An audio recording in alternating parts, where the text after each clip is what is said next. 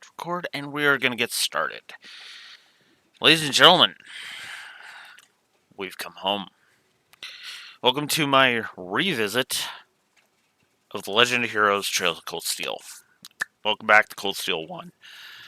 Oh, it feels good to be here, finally, in this revisit of the entire series. I have been anticipating this for a while. I have been wanting to get back to this for a good long while. And I am very, very, very happy to be back.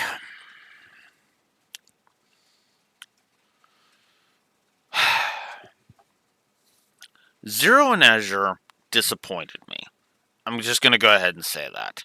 They were not as good as I was hoping they would be, and they were certainly not the peak trails that a lot of people made them out to be. Also, did I really? Sorry, give me a moment. I actually screwed up on a thing I was editing earlier. Specifically on exporting it. Whoops. Wrong format. Anyways, sorry. You don't care. But yes, Cold Steel 1,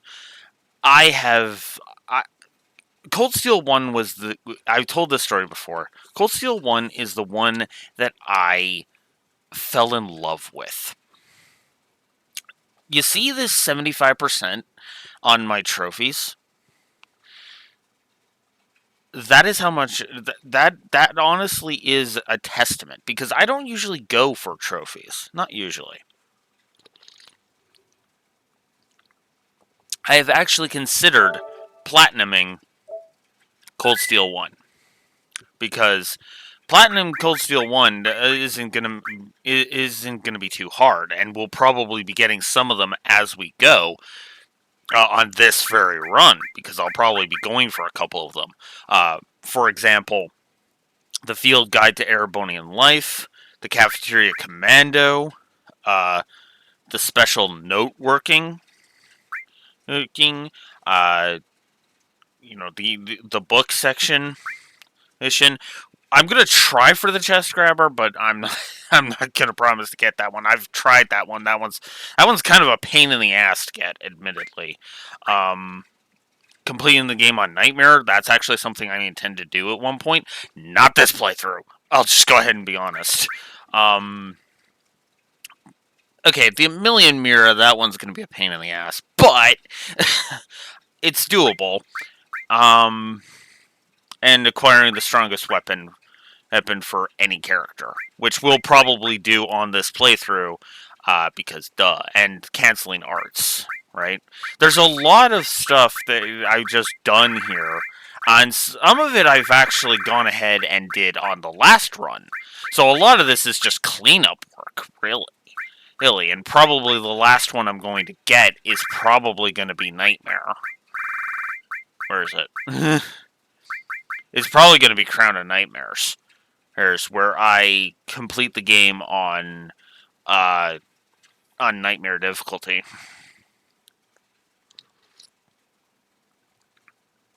But yeah.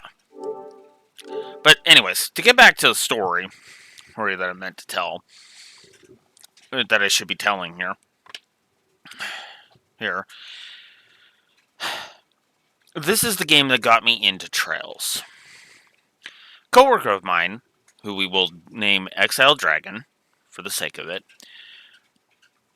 talked me into trying this game out. And eventually, I managed to get my hands on a copy, which is funny because I did that during the pandemic, no less. Got my hands on a copy. Got my hands on the Steelbook. I love this thing. It came with the manual, which I have no idea where the hell that went, so that's annoying. And my personal favorite thing that it came with was this. This is a 50 mirror coin. Now, at the time, I didn't know what if this was going to hold any significance. It was just a 50 mirror coin to me. But this actually does have a bit of significance, and I'll point out the significance of that when we get to it, because we will be getting to it in the prologue.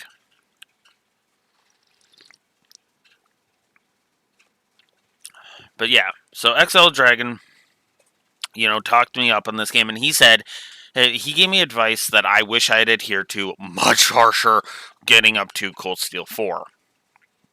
He told me stay off social media until you have gone through the game. Gone through all of the stuff, right?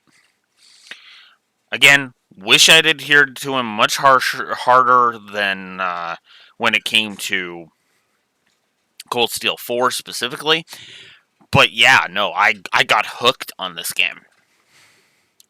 And yeah, and we're going to be doing something this run that I haven't done in a good long while. We're not going to be using the features of New Game Plus.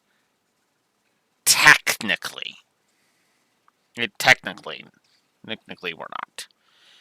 There is only one cheat I am going to allow myself, and that's just because I want to show off everything. And that cheat is max bonding points, which I am going to go ahead and just say it honestly is something that, in my opinion, would be a negative to gameplay. Or at the very least, something I will have to debate as a negative to gameplay. Because what they do is they give you enough points where you will be able to choose like one or two. And actually, what's funny is that I am actually going to jot that down as a potential gameplay negative right now.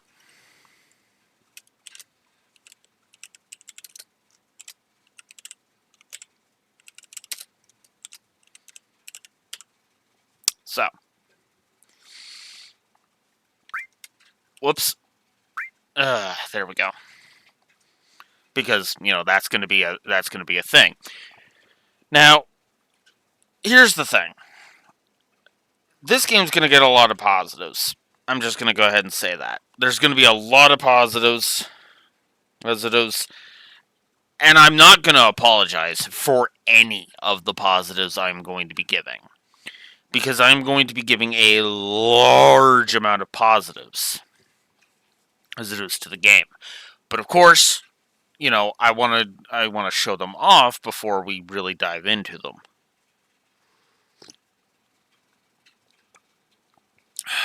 But I am not going to apologize for whatever score Cold Steel 1 ends up getting. And I'm not going to apologize if Cold Steel 2 ends up overtaking Azure in terms of score. I doubt that's going to happen. Cold Steel 2 has a lot of issues, but especially late game. But at the same time, we will be judging everything that this game has to offer.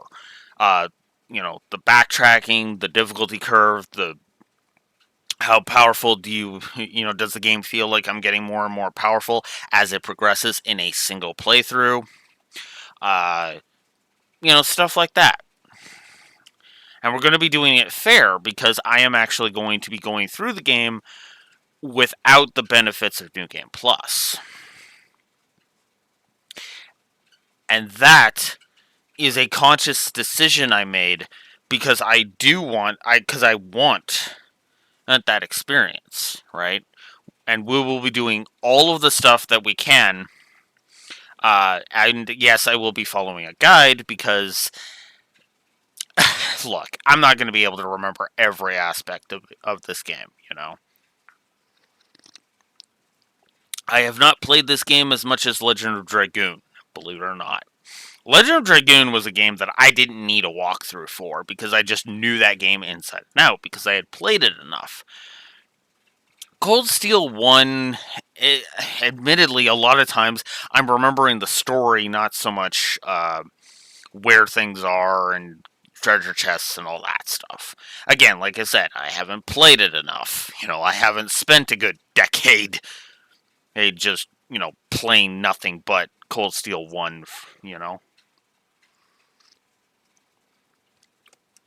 This will, however, be my 4th playthrough. And I like that, to be honest.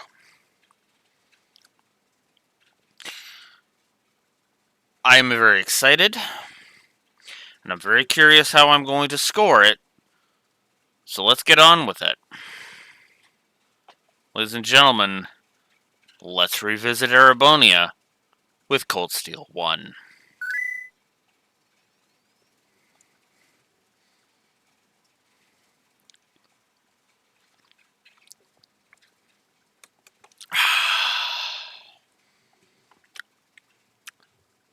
So, who's ready for a triple positive right off the bat? Shall we?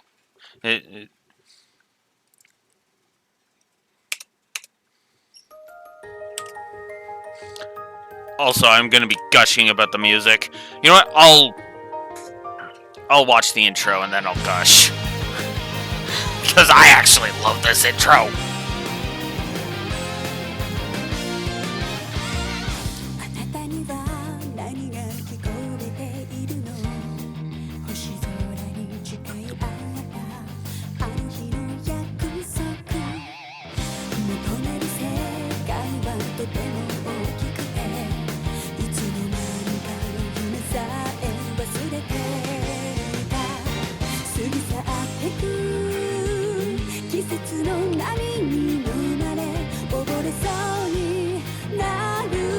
This intro is full of foreshadowing, by the way.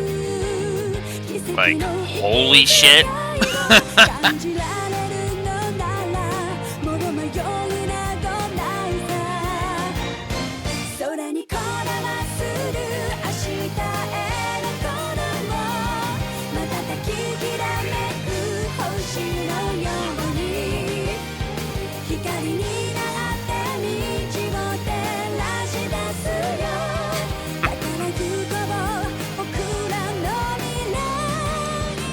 The true villain.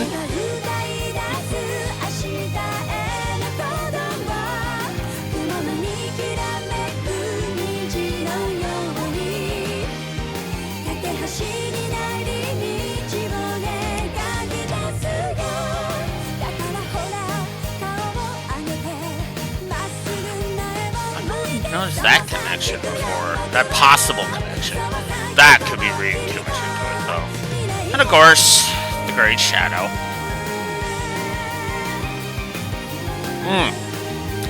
Love that! That foreshadowing in Reed's eye. Oh, that is beautiful.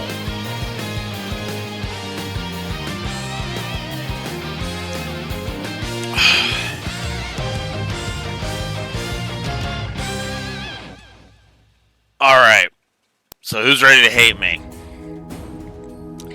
That's what a triple positive intro looks like. Oh.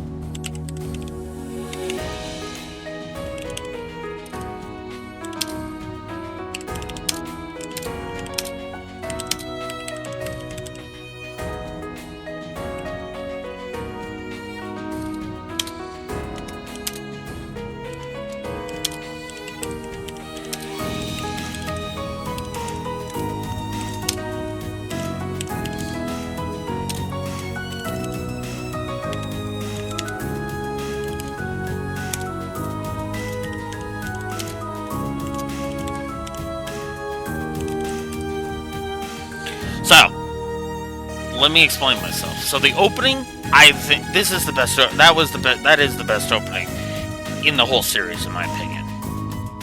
The music, the foreshadowing, the hints without spoilers. Cough, cough, Osborn. Cough, cough.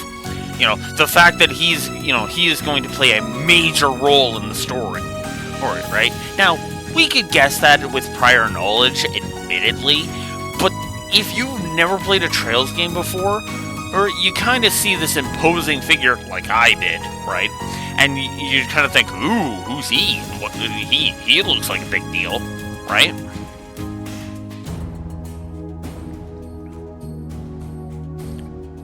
It's so good.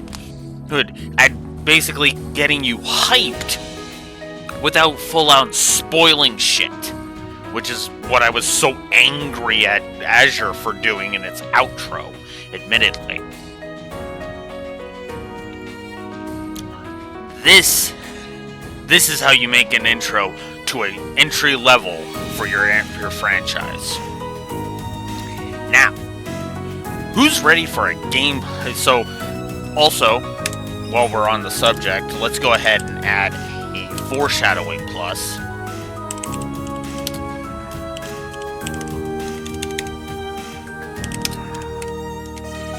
Whoops.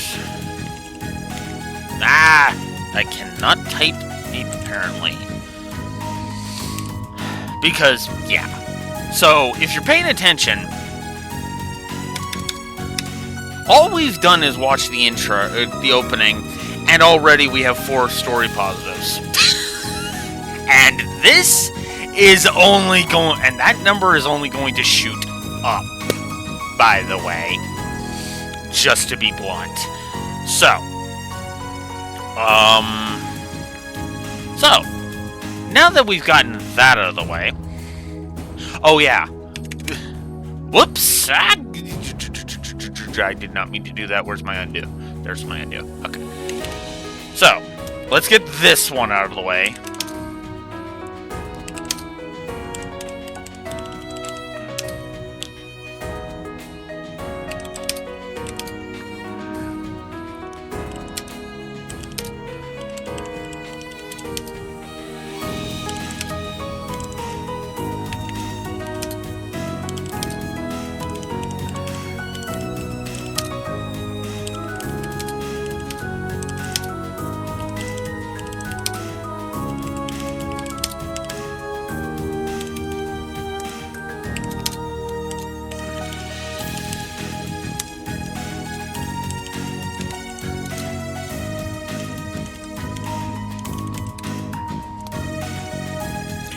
So, yeah.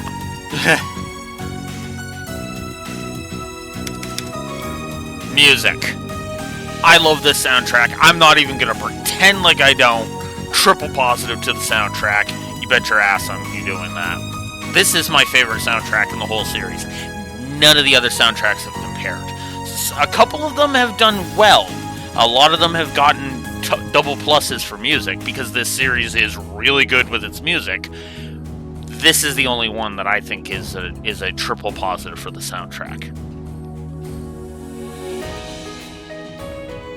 Because not only do I feel like there are so many songs that I love in this game, there are several that are ones I would listen to by itself on my Spotify, which I have done. Some of my personal favorites include Atrocious Raid, this one, Class 7, and a couple of the battle themes, tie a link to Arcus, Don't Be Defeated by a Friend, and yeah, there's did I mention Atrocious Raid? I don't know if I did, but yeah. But yeah, there's a lot of really good music in here, and it's like, yes, I eat it up. I eat it up because I love it. It's good music. Now, you might be thinking, okay, so we're ready to get started on actually playing the game, right, Blue Wolf? Yeah, about that. Say hello to our dynamic main menu, which is another plus to the game, which is another plus to both story and gameplay. So, and it's gonna add 2 gameplay positives because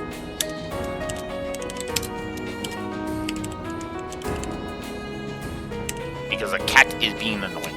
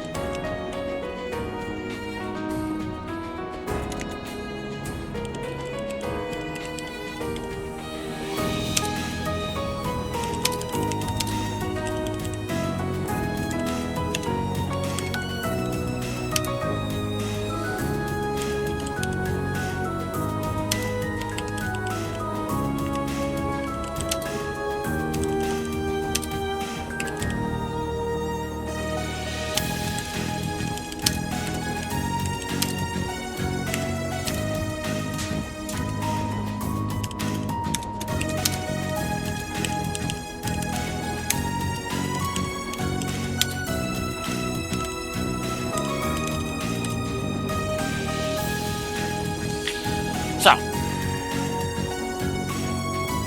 first and foremost, gameplay story integration.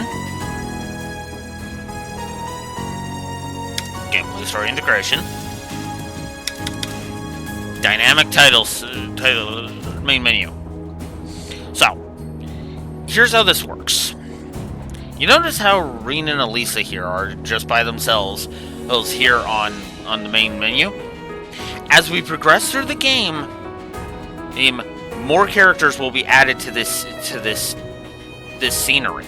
So you will get the rest of Class 7 on this train as they become available, as they become party members. As they become regularly available for going into the old schoolhouse. That's awesome. This is why I praise that kind of... This is the thing I was praising in Xenogears with the whole naming your save file thing. You know. And, yeah. Here we are. It's awesome. So, there you go. So, let's get the other 2 obvious gameplay positives out of the way right now. Good save system. System,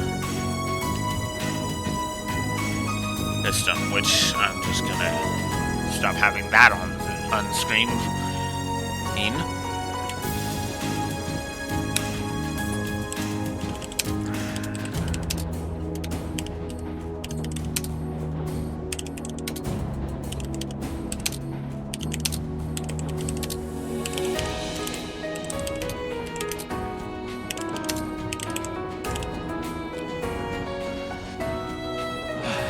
Okay, so there's the plus for the save system, and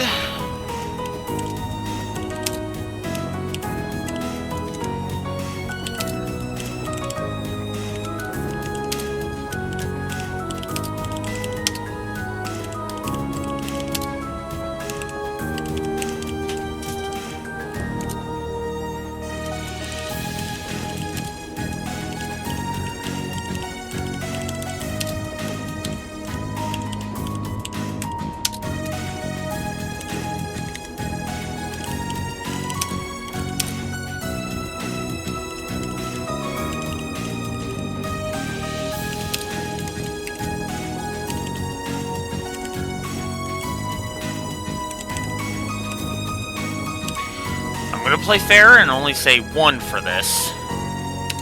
But this New Game Plus system. So, allow me to explain. So, obviously you can select things to carry over. When you start New Game Plus, all downloadable content will be marked as unused, so you can just reuse any items that just... in this version of the game, it just comes built in.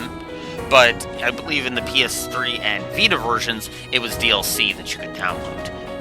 Which, this version actually avoids a negative that Cold Steels 3 and 4 unfortunately have to get, because... yeah, it's what I like to call bad DLC practices, right? I know that most people just call it microtransactions. I look at it and I just say, bad DLC. So, yeah, which is something we'll have to, discuss when it comes to specific other stuff, right? But this game doesn't have that. So, alright, max bonding points. That is the only thing I'm carrying over. Anyways, so, let's explain this. So, every playthrough grants you 5 points towards New Game Plus. Alright? That is guaranteed. There is no tie it into the achievements. There's no, let's make carrying over your levels, be like 3 to 5 achievements or any of that crap. Fuck all that shit. Just 3 playthroughs, and you can go through the entire thing all willy-nilly, no problem. Oh, right? No problems, no issues, no nothing. Nothing. On your first playthrough, it is a typical... you will have enough points, regardless of what difficulty you go on, you will be able to carry over all of the main stuff. So your status, your notebook data, your items, your Mira, and your Septif. Notice how the link levels, rush, and burst cost 0. Which means even if you want to just forego that and say you only want to carry over your notebook data and maybe grab the max bonding points, you're golden to do that on one playthrough. And you would still be able to carry over the link levels, the rush, and the burst. Right? So, that is why a cat needs to learn not to be at my feet, like an idiot.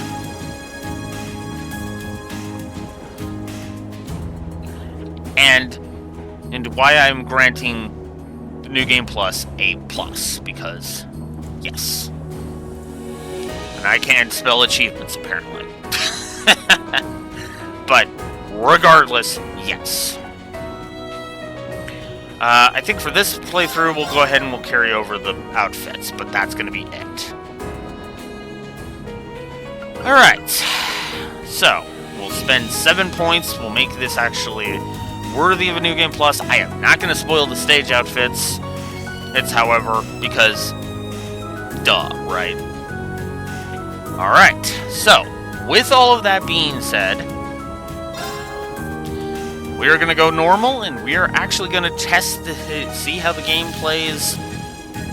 I mean, granted, with the max bonding points, but all that's going to really affect is just specific characters having link points with each other, so. That won't really tie into too much, except for, like, one thing that's going to have me going back and forth constantly, so.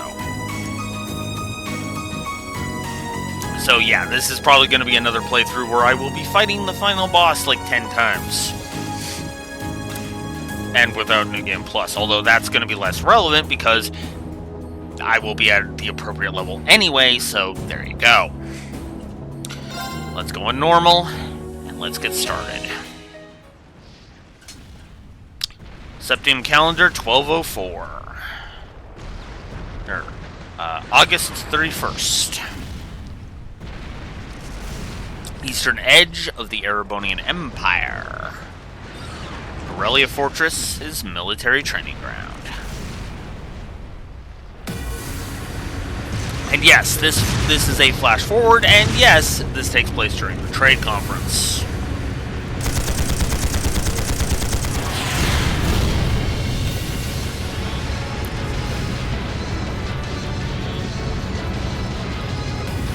It's no use! You can't even scratch him! I forgot to mute my TV. And English voice acting! And you better freaking believe that means it's going to avoid the problem of... I'm actually gonna slightly turn this down. And you better believe that I am going to... That means it avoids a localization negative. Still bitter about that. I'm not gonna lie, I am still bitter. Moving on. What's happening? Who's in control of those things? Oh, I should have looked at the options. Oops. Oh well. Get in touch with the 4th Armored Division! We need backup from Lieutenant General Craig!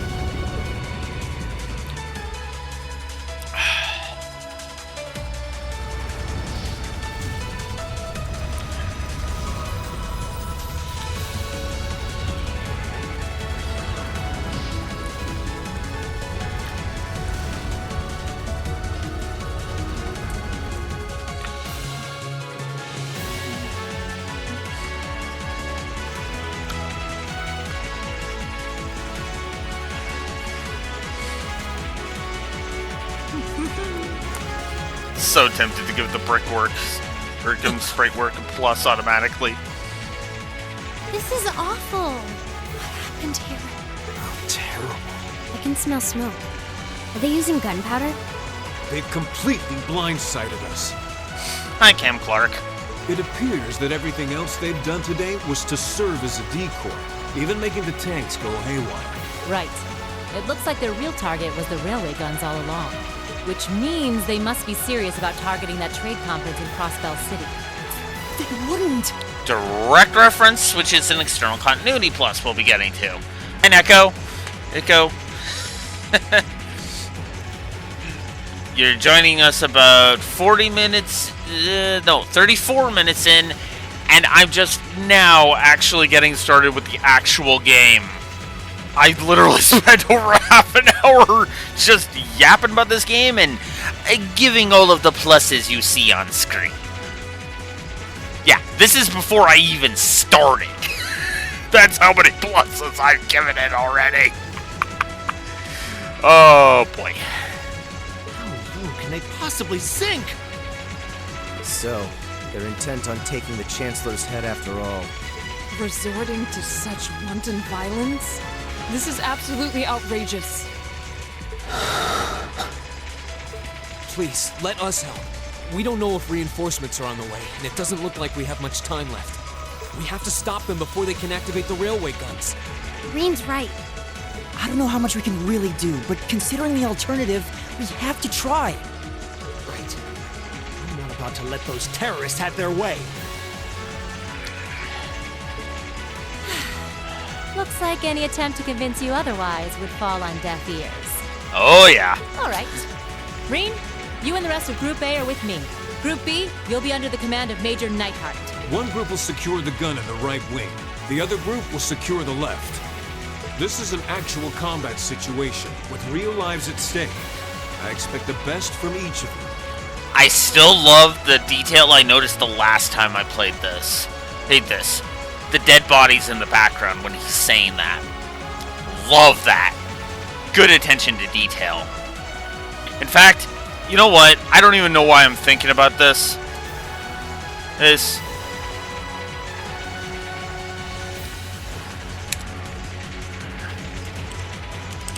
Good brickwork. Good sprite work. Even though it's polygonal models, still counts. Good visual storytelling.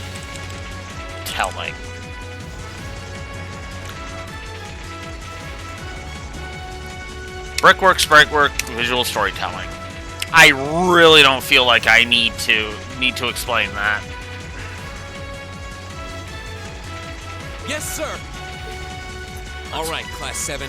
Our objective is to stop the activation of the railway guns. We've learned a lot at the Academy. It's time to put that knowledge to the test. Understood. Let's do it! With a controller that isn't going to be glitchy like last time. Alright. Options. Let's take a look at our options. Options are not great, admittedly. So, I think I'm going to keep that good. Vertical camera, yeah, I'll keep that inverted.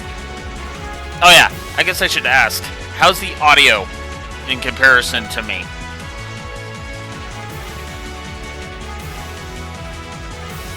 Yay, no glitchy. Yes, I agree. Yay to no glitchy controller.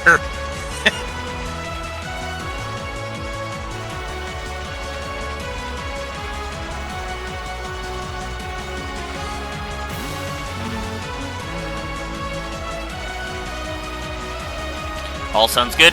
Alright, excellent. Alright, so that's just gonna be general stuff. Ooh. That is something to note. I do think that it would give you pop-ups if you... But it's all in the... Yes! I love this song. This is called Atrocious Raid, and I absolutely adore this song. 3 of those gameplay positives are for music, because this is my favorite soundtrack in the whole series.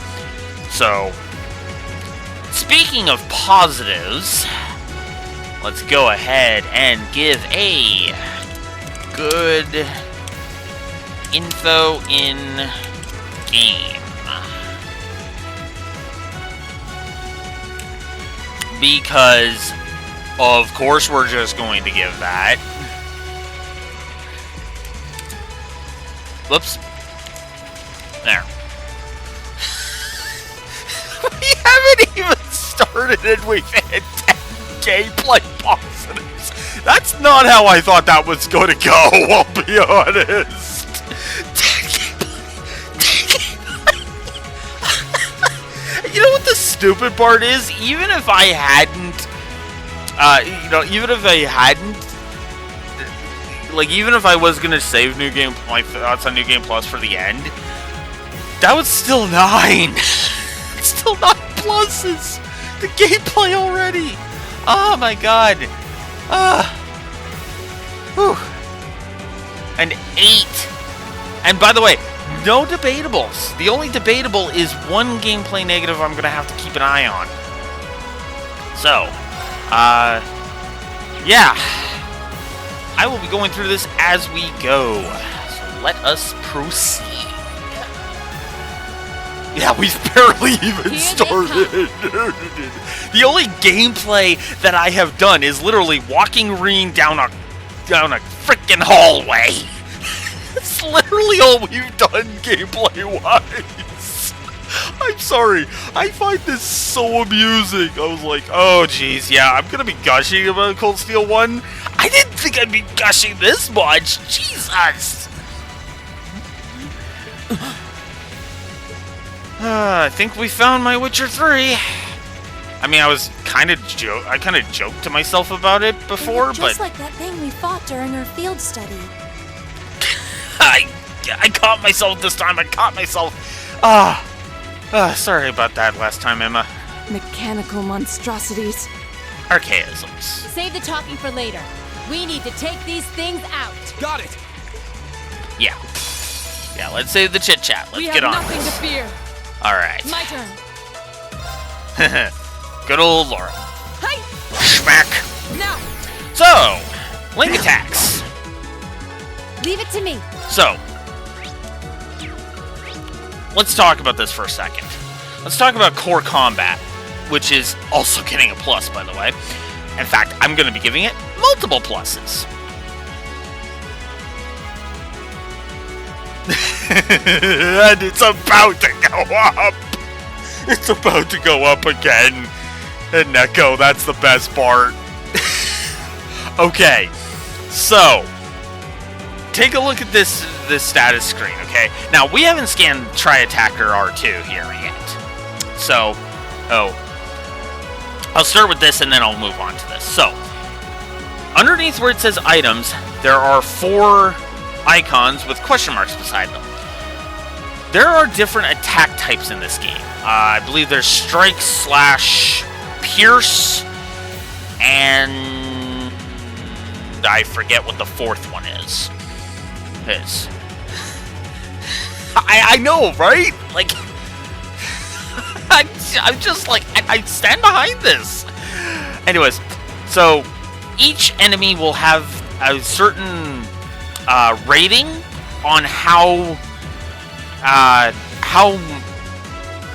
great of a chance each attack type has of unbalancing the opponent. If you manage to unbalance the opponent, as you saw with Laura hitting the one archaism,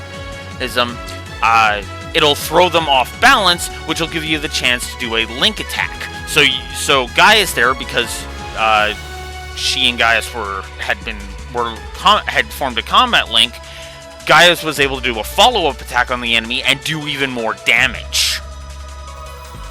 I absolutely adore this system.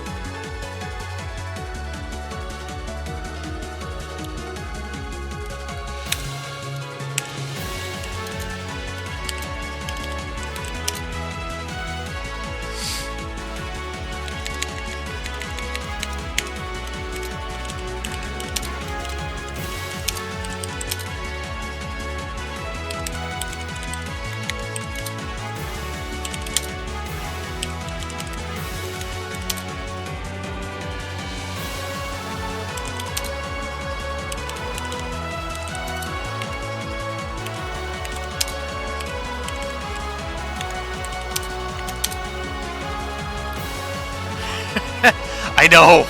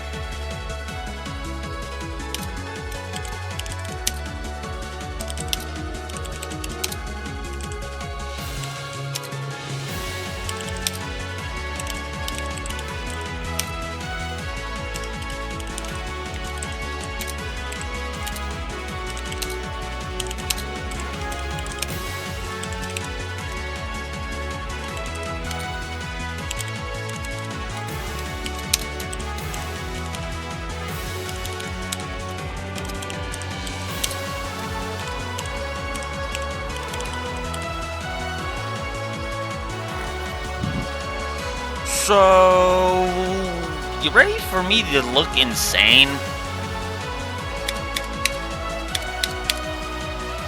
2 triple positives, one for the combat link system, and a triple positive for the combat link system, and a triple positive for the core combat in general, as I absolutely love the core combat of Cold Steel 1. Now, so, yeah, yup. Now you see why I gave that. Oh, right. That's the other thing I forgot to add. Since they mentioned the trade conference,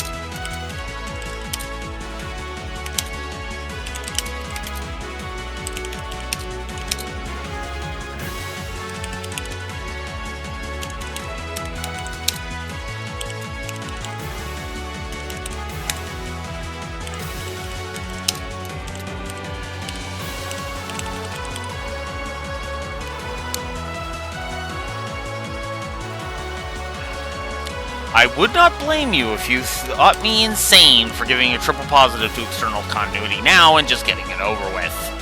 Because, yes, I know this game, I'm just gonna front load the external continuity pluses because, yep, it's gonna be all over the goddamn place, and a lot of what happens in this game is actually gonna be tied into events that are in previous games. And a lot of the events will also carry forward, which, yeah. So for the record, let's see, 1, 2, 3, 4, 5, 6.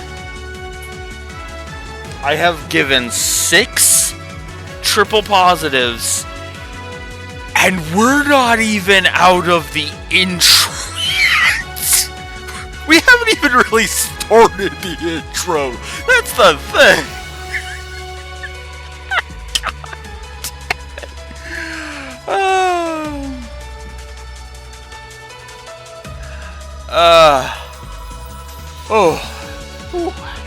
Okay. So, yeah. Fun times.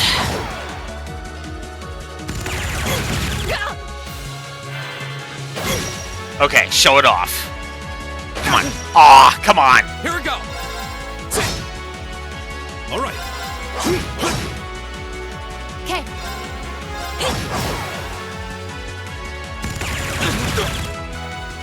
Right. Goodbye. Oh, come on. Yes! Counter on beds. There it is.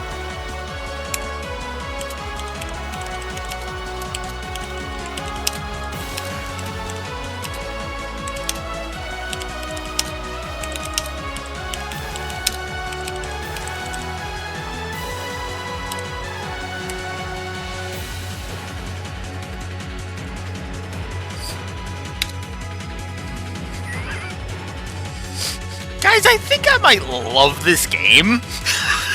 Jesus Christ.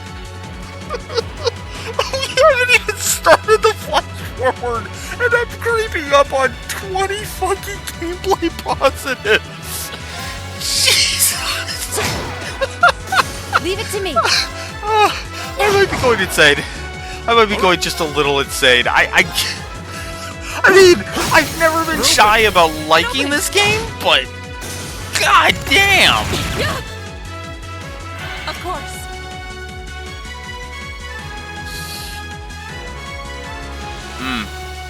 That's Steven Universe Unleash the Light? What about it? Never even heard of that, honestly. I didn't even know Steven Universe had a game, Leave it to me. if I'm honest. It's my turn. Now. An opening. Ah! I'll have to show that off later. Right. Hey! Evil will fall before my blade. Oh yeah, I should also mention, critical hits will always unbalance the enemy regardless of the attack type.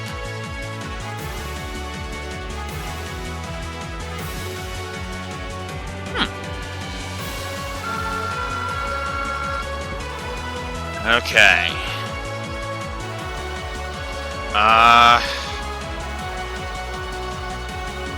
Oh yeah. X multipliers. We're just getting all the positives today.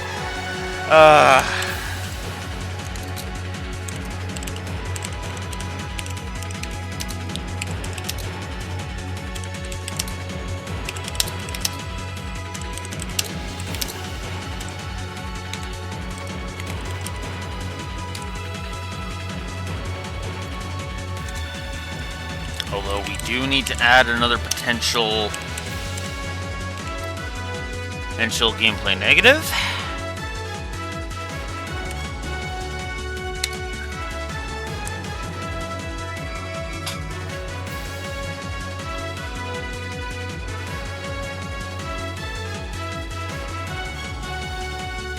Ah, okay. So there's ways to mitigate the healing. Huh, that's actually good. All right. Okay. We finally got out of the first combat. No doubt about it. Those things were the same as the one we fought outside Legram. It seems a large number of them are on the loose inside the fortress. I'm guessing that's what got the soldiers we just saw too. Good. That's good, because the constant ads, it was an issue that plagued quite a few boss fights in Azure as an aside. Seems so. So these are archaisms. Are you certain, Instructor? Yeah, they're a kind of autonomous weapon made by a rather unsavory group, and a real pain to deal with, too. We need to hurry, but keep your wits about you. Understood. Alright. Excellent. Alright, so.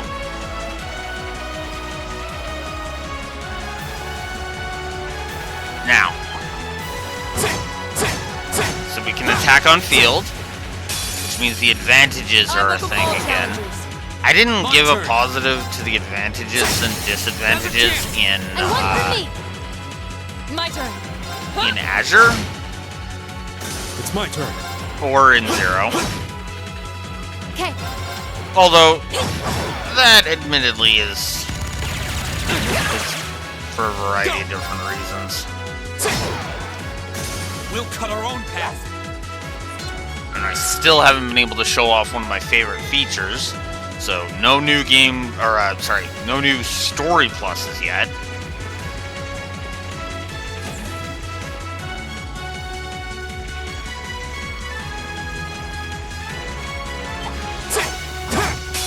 Alright.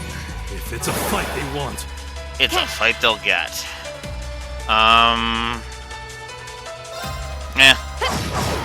I really Here we do go. want to. All right. Now. An opening. Yeah. Now, if only that could have been the last hit. Okay. Do it. Ooh. Nice. Right. Okay. Yeah. Hey. No, I need to get rid of that one. Go. Alright, so let's smack you. Now's our chance. And one for me. Yes! Not half bad. You say as you outdo us.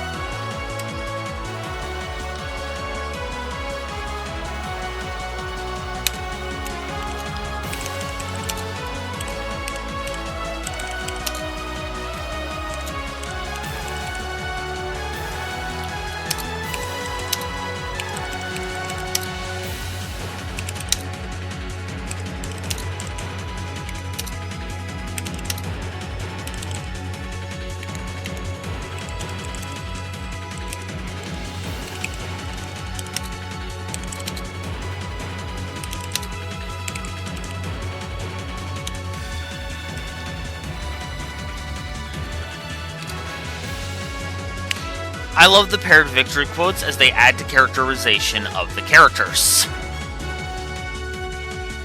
So yeah. Yet another reason to be thankful for the English voice acting. Oh, by the way, if you don't like the English voice acting, you can switch it to Japanese, so... Nice. Ah. We have nothing to fear.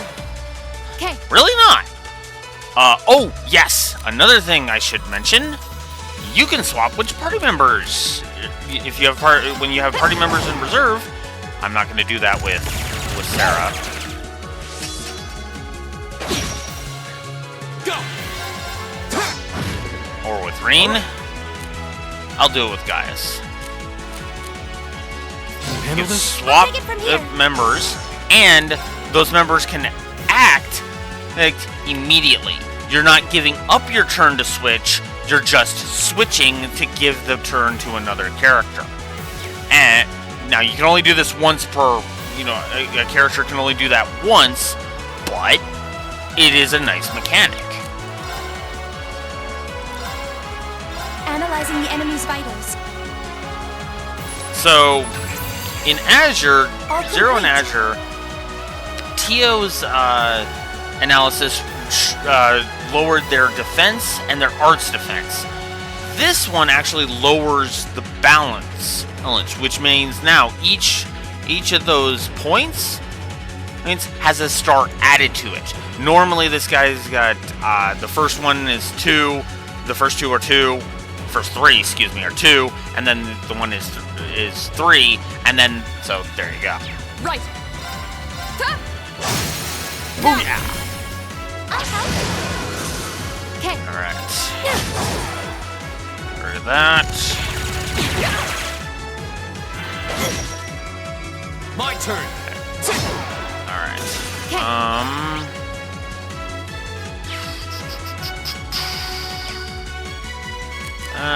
We'll just. Right. Hey! Yes. Off guard. I'll help. Ah. Fool. And down. Evil will fall before my blade.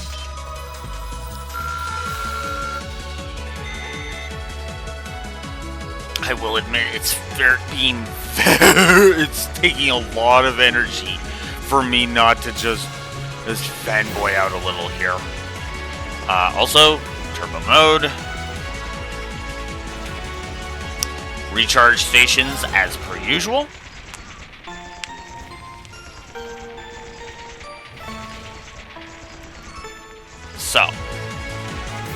So, okay.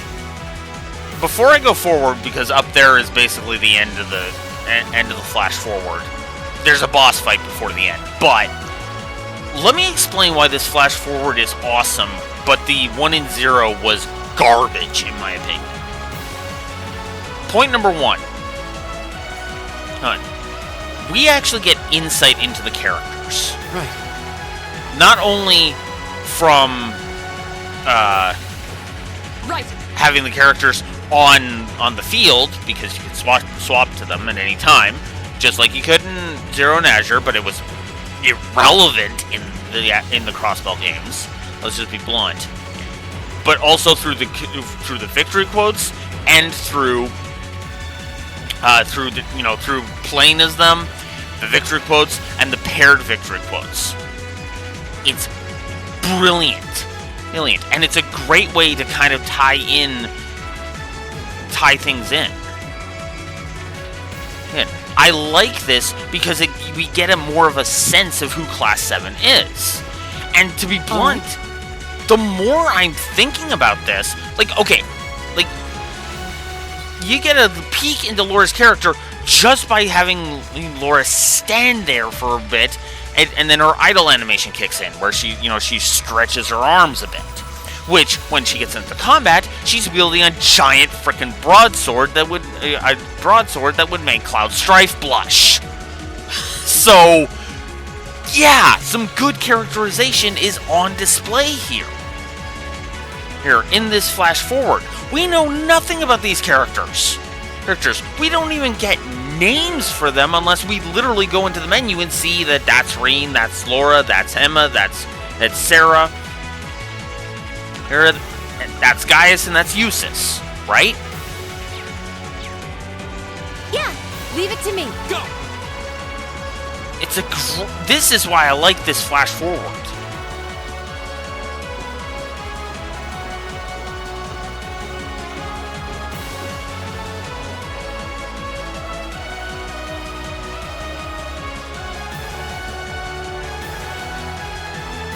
Where are we? This must be Corellia Canyon. You can see Crossbell State on the other side. There!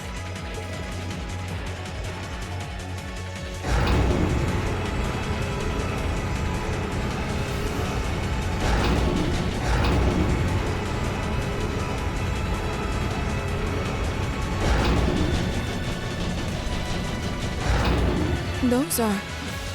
The railway guns. They're enormous. Damn. How did they manage to get them prepped so fast? Don't tell me they're just gonna let them rip without even setting a target. Instructor!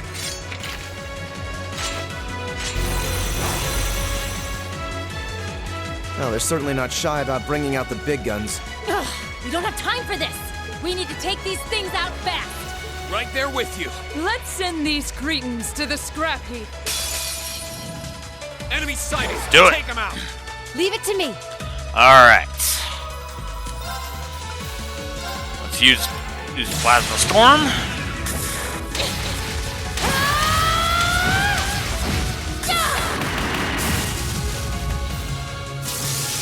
Let's see you live through this! Plasma Storm! My turn.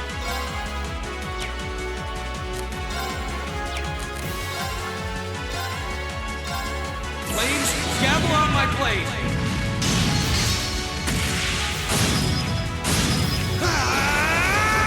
Strike! It's my turn. And you will do a spell. We'll do Luminous Ray. Now. Of course. Alright, and... Whoops. Behold, my most powerful strike! Because of course I'm giving Laura the final blow of the Radiant flash forward. Lightning!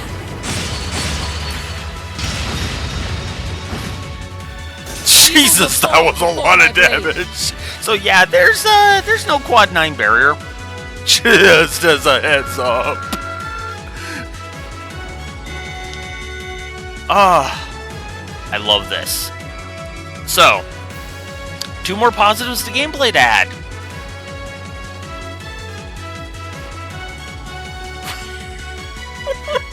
Oh my god, that means... Okay, so, whoops. Good animations in combat. And good spell effects. I think they did a good job of beefing up how it looked. Yeah, we're still not even out of the flash forward. We're not even out of the flash forward yet. Oh my god. I don't even know how to properly articulate this. So, anyways, yeah. The flash forward, exiting the flash forward, we have, right now, 20 gameplay positives. 12 story positives. Oh my god. Oh my god.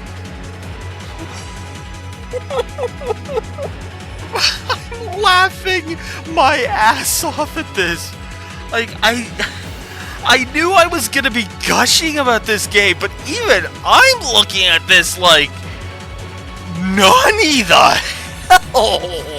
Like, whew, whew, whew. Okay, I gotta calm down. Okay, whew, whew, whew. Okay.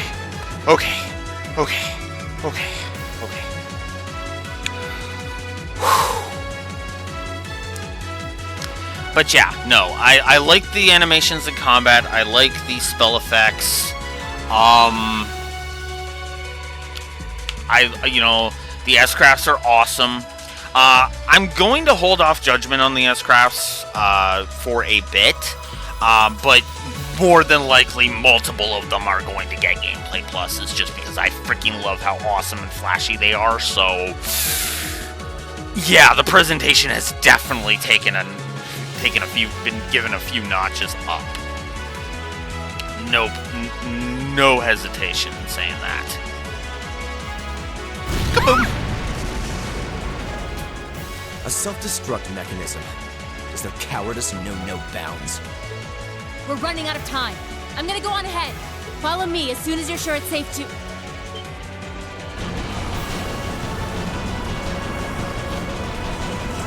And of course they end the flash forward like this. Son of a bitch.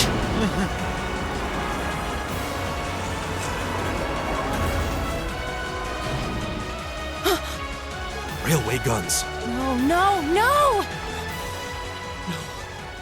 Don't!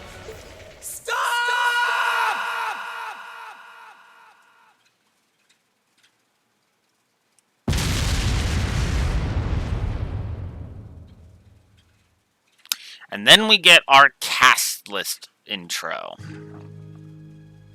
Nihon Falcom presents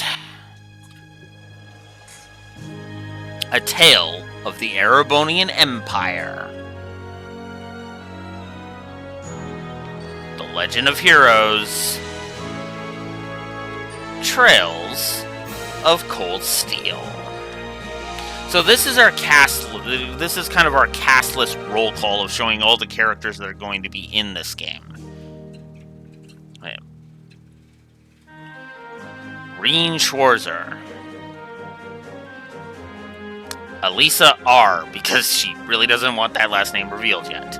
Guys Warzel, Elliot Craig, Eustace Alberea, Machias Regnitz, Laura S. Arcade, Fee Klausel, Emma Milstein,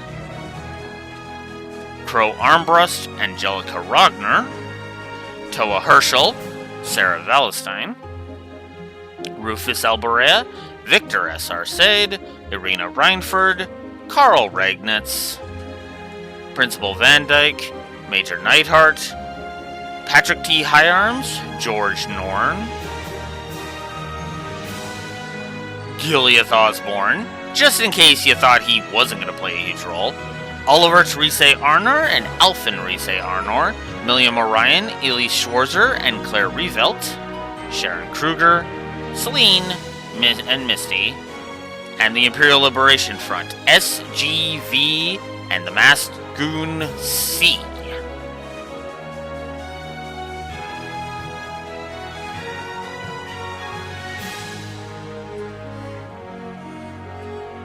I love the... I don't know, but I find this art style gorgeous, if I'm honest. I love it. I love that. That is so cool. Alright. So, 5 months earlier. On the outskirts of the capital Heimdall in central Erebonia. 400 Zelg, west of Trista.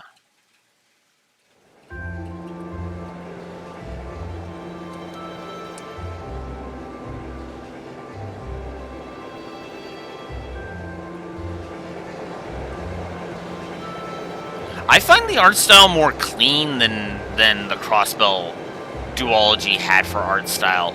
Like, honestly, I'll be honest with you, this is the art style that they're going to have going forward. And I honestly find this art style works way better, especially in 3D, than some of the 2D art was in the Crossbell games. Like, Estelle and Joshua to me looked weird in that style. In this one, yeah. The Ministry of Railways wishes to thank all passengers for their patronage. This train is bound for Bereahard via Keldic.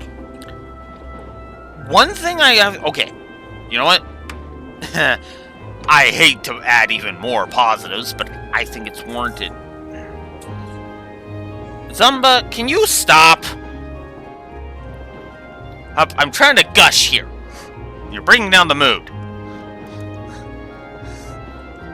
Anyways, let's give a voice acting plus.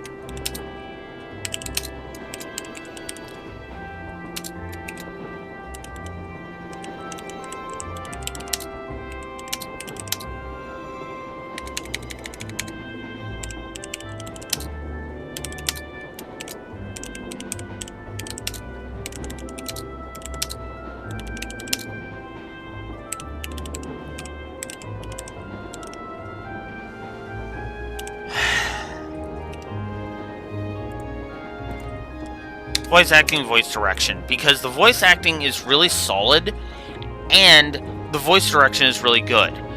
Let's take this line right here, okay? From the automated voice, right? The Ministry of Railways wishes to thank all passengers for their patronage.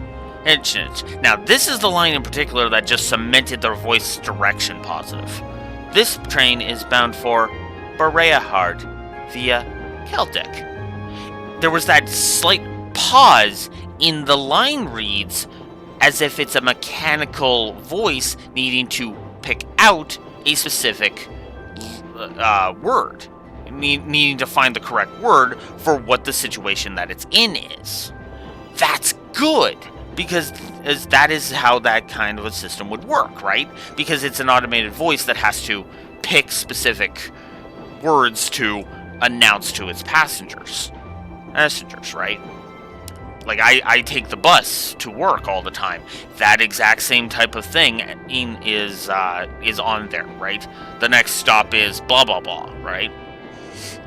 And it sounds, it is in that mechanical voice, right?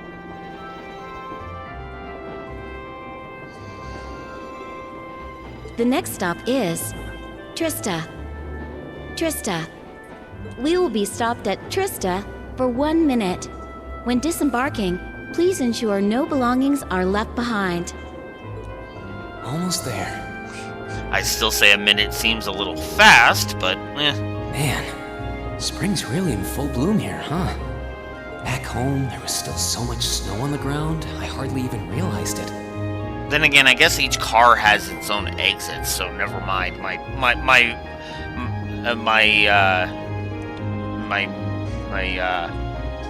criticism is invalid.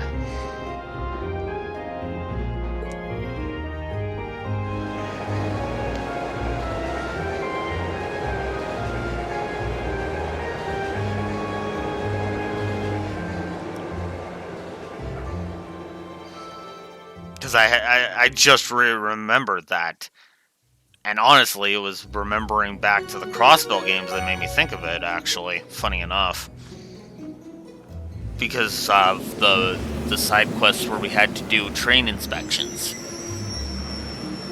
You really got a sense of how enclosed and they are.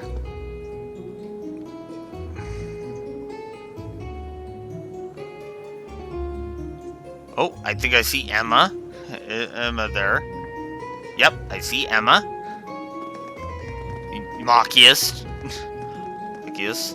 I like spotting oh, Elliot! I just saw Elliot. And of course, Elisa's right there. I don't know, I just love the background details. Okay.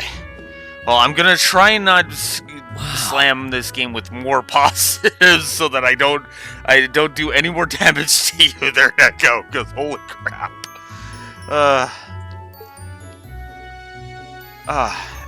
Oh, I love Trista.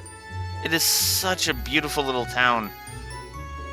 I would love walking around this little town. It's got a nice small town charm that, I don't know, just something about it just feels homely to me.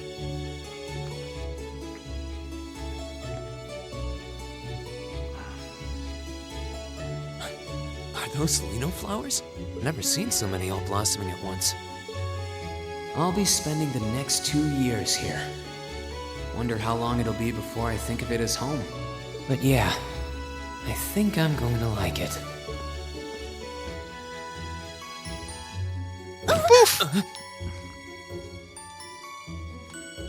Ouch. Whoa, sorry about that. Are you okay? I should have picked a better place to take in the scenery. Don't worry about it. I should have been paying more attention to where I was going instead of gawking at the flowers. It's really a pretty town, though, isn't it? Just like a postcard. Yeah, I guess that's the magic of springtime for you. I hope everything in your case is okay. Oh, don't worry about that. It'll be fine. Okay, no. I was looking for some kind of log, but there is none.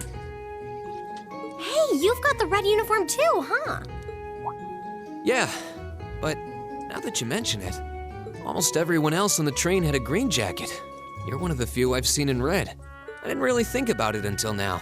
I just put on the uniform they sent me. I hadn't given it much thought until I got here either. But yeah, like you said, there have been a few others sporting them too, so I doubt it's a mistake. Maybe it means we'll end up being classmates. Anyway, I should get going. I've got a feeling we'll see each other again at the entrance ceremony, though.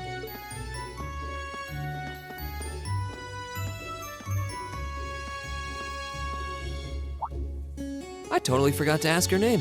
Whoops! Oh well, I'm sure we'll run into each other later. Oh, you'll run into her, alright. Oh boy. She's right, though. It is weird that there are so few of us in red. Are there even enough to make a class? Kind of. That orbment they sent with the uniform is pretty strange, too. It sure looks a lot fancier than your standard issue orbment, that's for sure.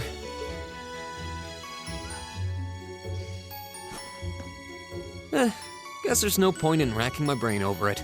Someone will probably explain it during orientation. Thor's military academy is on the north side of town.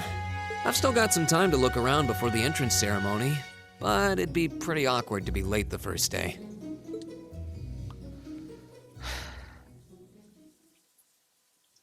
Prologue: The Way to Thor's.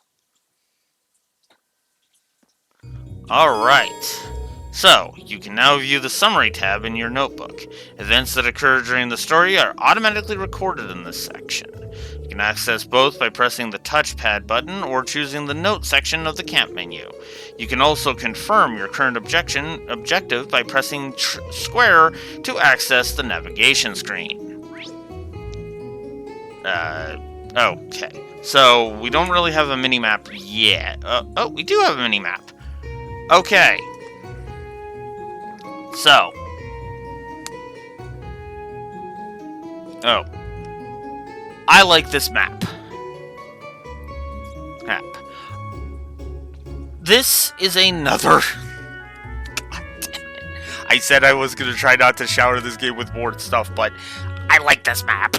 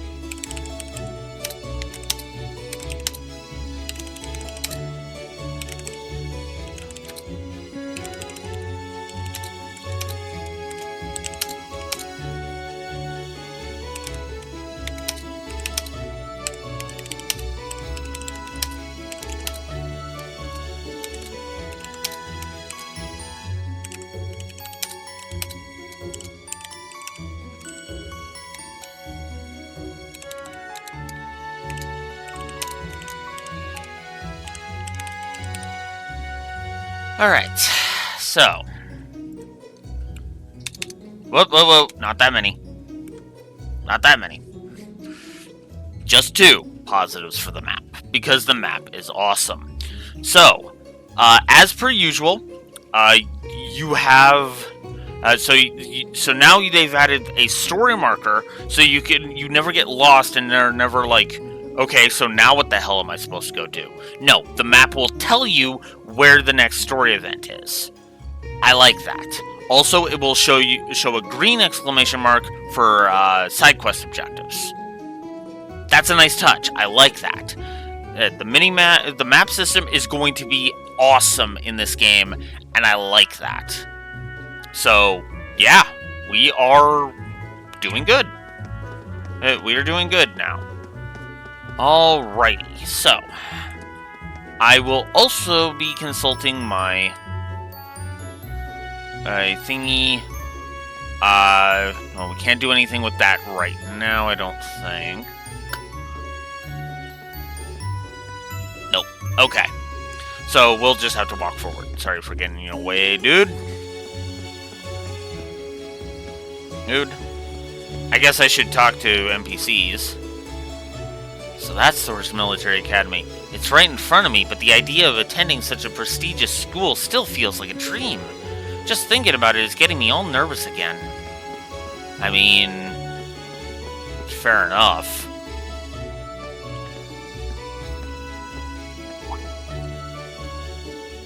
I shall take my leave here, milady.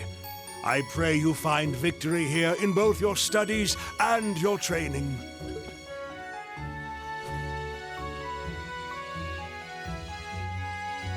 Thank you, Klaus. I'm just gonna go ahead and say it. Best girl. But to be fair, here in Cold Steel 1, there isn't really, as I said in the original version, there is no real pick for worst girl in this one. Not really. Hell, the one that I would claim is actually the worst of well, my pick for the worst of Cold Steel doesn't really earn that until Cold Steel 2. But that's just me. I'm leaving everything in your hands while Father is away. Understood, milady.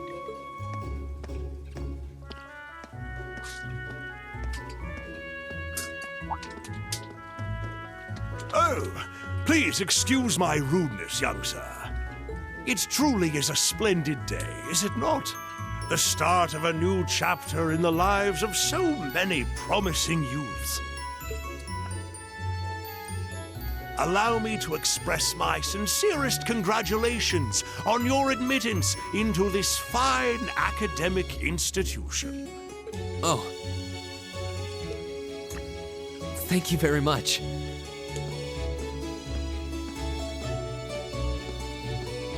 I'm guessing he's a butler? He certainly looks the part. That means the girl with him must have been a noble. Yup. She did have a certain dignity about her. I wonder if she's from a famous military family or something. Well, I don't know if it's a military family, but it's definitely from a martial art family.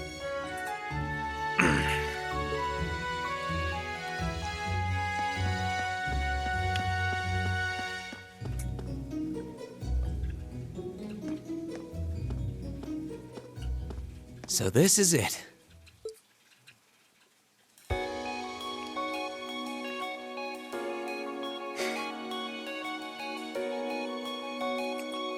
I feel like I've come home. I can't fully explain Thor's it. Military Academy.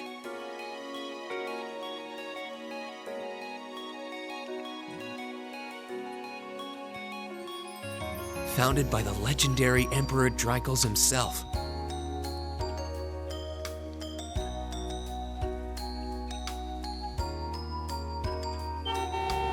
Oop.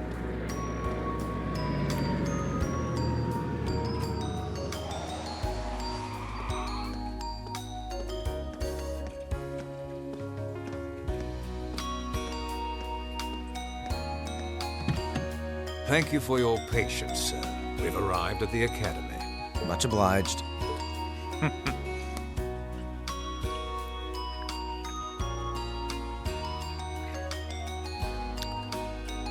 Oh yeah, I guess I should point this out. Please, if you'll allow me to take your luggage.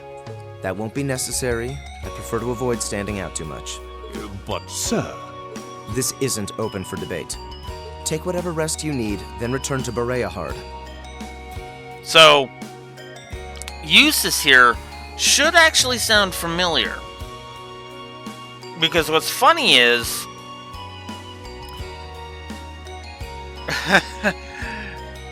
we've heard him before.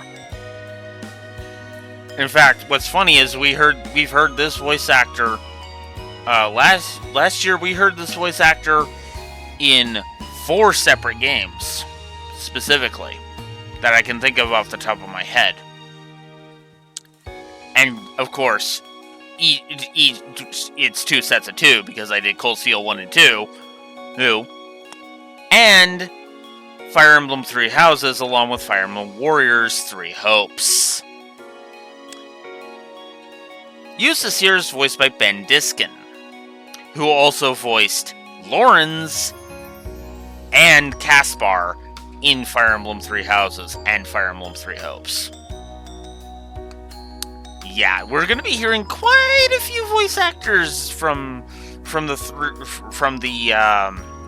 Three Houses cast in these games. Just as a heads up. Heck, we're going to be getting to one of the major Three Houses characters as voice actors in Cold Steel 3 specifically.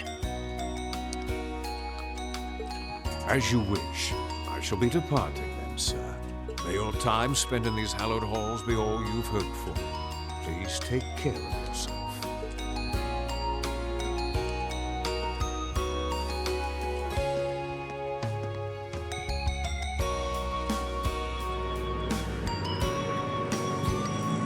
Good characterization for Eustace right there. Orbital limousine. And one of Reinford's fanciest models, too. Looks like even Erebonia's upper crust send their children here.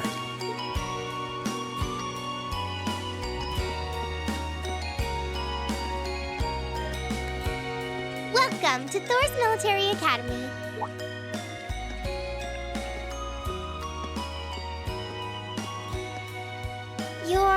Let's see. Yes, you're the last of them. That'd make you Rean Schwarzer, right? Yes, that's me. It's a pleasure to meet you. But how do you know me? It's a long story. Don't sweat the details right now. Is that your weapon you've got wrapped up? I'll need to hold on to that for the time being. Oh, right. It mentioned something about that in the guidebook. Thanks. We should be able to return it to you before long. You'll hardly even miss it. The entrance ceremony is going to be held in the auditorium. Just head straight back. You can't miss it. Anyway, I hope you enjoy your first day at Thor's. We're glad to have you. I hope these next 2 years will be a fruitful time for you.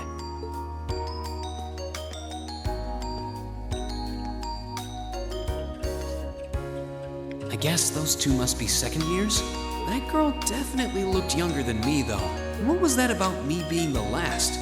I'm not seriously the very last student to check in, am I?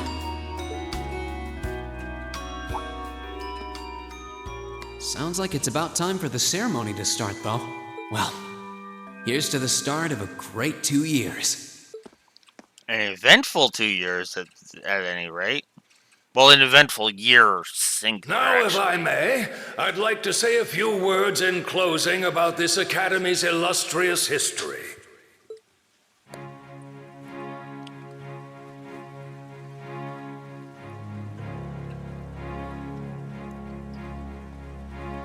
Principal Van Dyke. Thor's Military Academy was founded almost 220 years ago. Its founder, as I'm sure you're all aware, was none other than the great Emperor Drycles, the very same emperor who ended the War of the Lions and returned prosperity to the Erebonian Empire. 30 years after becoming emperor, in the later years of his life, he opened the doors of this institution. It was to be a place where young people like yourselves could learn the art of war. But with the mechanization of the military, many of our graduates now pursue careers outside the Army. Our mission, however, remains the same: to prepare our students to fulfill Emperor Drycles' famous mandate. Arise, O youth, and become the foundation of the world.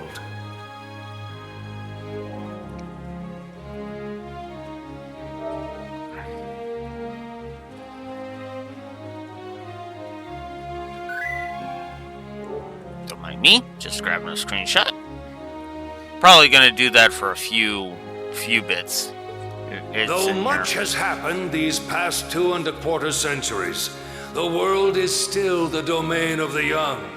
Yet still the question remains: what qualities must one possess to become a part of its foundation? I hope this credo will serve as a guide and an inspiration to you during your 2 years at this academy. Go forth my students. The world awaits the great things you will one day accomplish. Oh, trust me. Trust me. Trust me, Principal Van Dyke. That is that is no exaggeration by a long shot.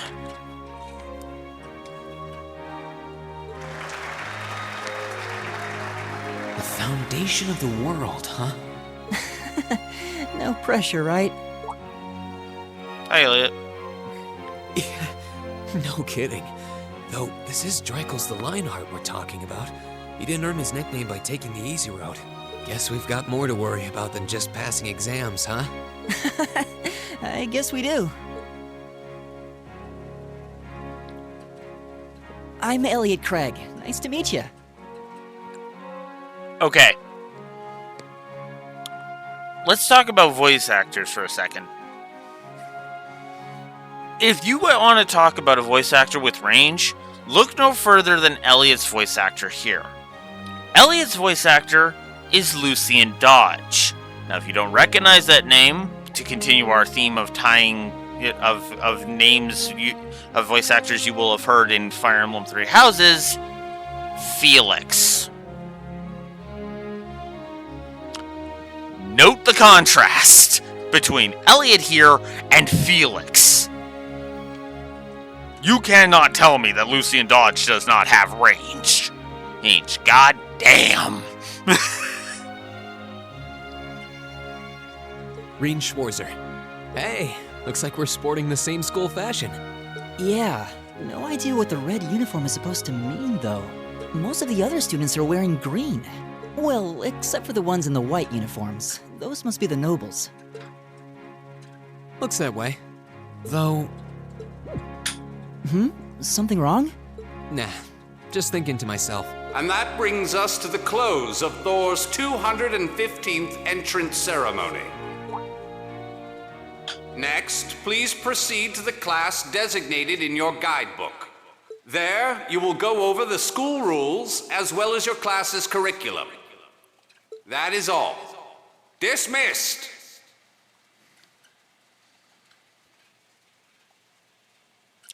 There is going to be a tie-in to the Crossbell games involving this guy. Believe it or not. We'll get to that a little bit later. Way later, though. Because that's not until... I want to say that's not until the final chapter. But, yeah. Oh, I'm so excited. Designated in our guidebook? I don't remember seeing anything like that. There wasn't any information on that in mine, either. I just assumed they'd tell us where to go after the ceremony. All right! Students in red uniforms, if I can have your attention, please. By now, you're probably all confused. Where's my class assignment, you're probably thinking. That's perfectly understandable. Your situation is a little more complicated than the other students. But before I explain, I'd like all of you to join me for a special orienteering exercise. What? Did you mean an orientation exercise? Worry not. Everything will be made clear soon enough. Now, right this way, if you would.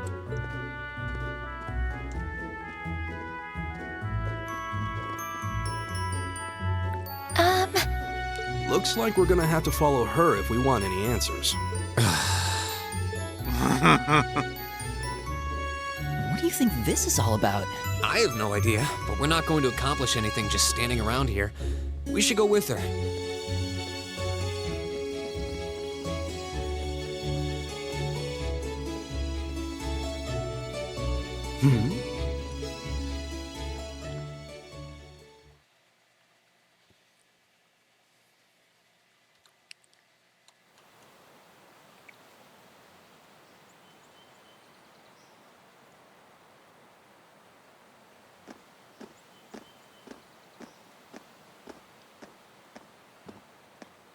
What is this place?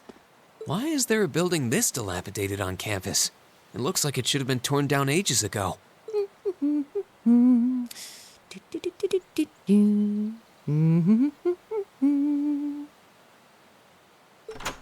That went on for a bit. What does she even want us to do here? Is she ever gonna tell us what's going on? I suppose we'll just have to go inside and see for ourselves what awaits us. This place looks like some old haunted mansion or something. Now that you mention it, it kinda does. I think this is everyone I've seen with a red uniform so far. I guess we really are part of the same class then.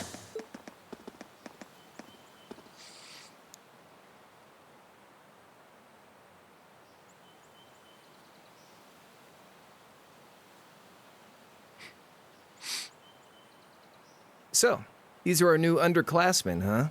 Yep. They've got a different set of hoops to jump through than we did, though.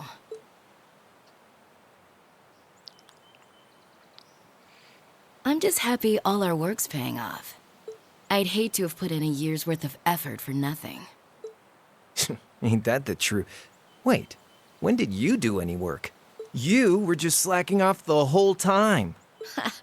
Says the master slacker. Still, looks like Elisa's got some stiff competition. Quite a bevy of beauties they've got there. And I'm looking forward to getting intimately acquainted with each and every one of them. Oh, you know one of them? Wait. No, not these ones too. Stop flirting with every damn girl you lay eyes on. Do you have any idea how many guys at this school have gotten their hearts broken because of your libido? Oh, she's probably well aware, and I'm pretty sure she doesn't give a damn. Did you just sneer at me? Well, you did, didn't you? Come on now, no fighting, you two. Well, look who finally made it. Nice work. You got our little chickadees all sorted out, I take it? Yep, they're all bright-eyed and ready to go. So from here on out, we're gonna have to give it all we've got to support this fledgling class. Now you sound the part of the student council president. Guess she's going all in. Well, they'd be in for a pretty rough time if we didn't help out a little. At least to start with, anyway. Everything's ready over there, right? You betcha. Just like the instructor asked. Can't help but feel a little sorry for them, though. Same here. They've got no idea what they're being tossed into. The class they've been picked for didn't even exist before this year. Guess all we can do is watch and see what they're made of, right?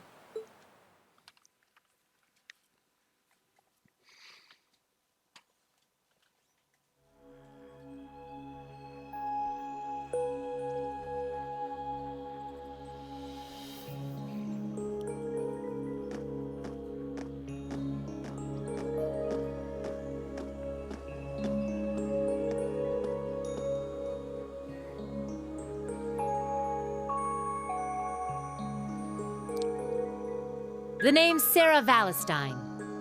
I'm the instructor in charge of Class 7, which means you get the pleasure of seeing me all year. Glad to finally meet you. Wait, Class 7? Us? I'm not sure I understand. I wasn't told anything about this at enrollment. Excuse me, Instructor Sarah? I was under the impression that there were only 5 classes at this academy, and that students were split among them based on their social class and home region. Right you are, Miss Top Scorer on the Thor's entrance exam. Sarah, come on. Don't be instructor clumsy exposition, okay? Come on. Students in each year are divided into 5 classes, 2 for the nobility and 3 for commoners. And it's been that way for ages, right up through last year. But this year, we decided to shake things up a little. What do you... We now have a 6th class, fittingly titled Class 7. And in Class 7, we recognize no distinction between nobles and commoners. One thing I find kind of... It's like, wait, but... Admittedly, Class 7 does sound cooler than Class 6, let's be honest with ourselves here, but...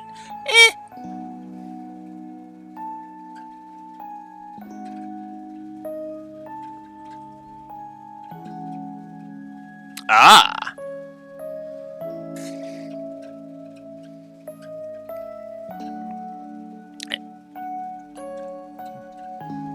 Wait, you just jumped straight from 5 to 7? You're really putting nobles and commoners in the same class? This must be some kind of joke. And why is this the first I've heard of it? Well, who are you again? Oh!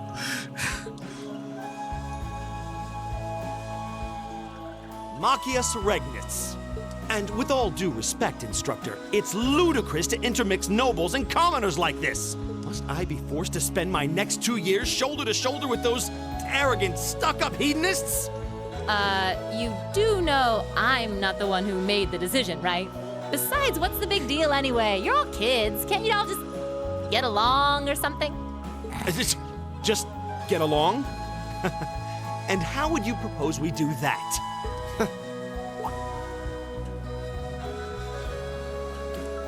And what's your problem?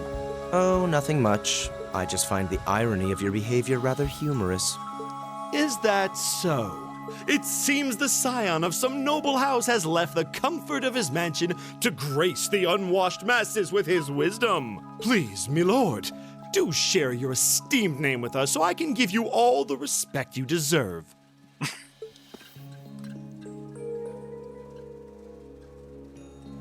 Eustace Alberea. Not that I'd expect the name of an arrogant, stuck-up hedonist to lodge itself in that hard head of yours. He's from one of the 4 great houses. The son of Duke Alberea, lord of the Kreutzen province in the southeast. Well, you don't get much more noble than that. Interesting. I'd heard the rumors.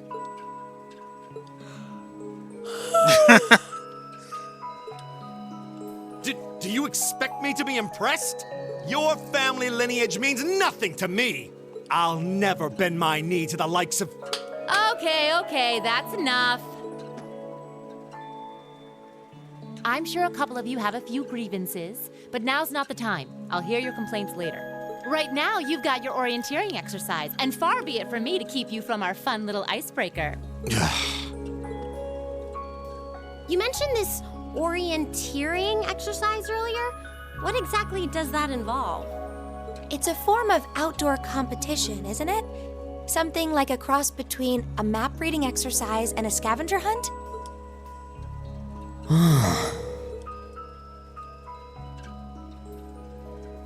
Is that why they asked us to hand over our weapons at the gate? Nothing gets by you, does it?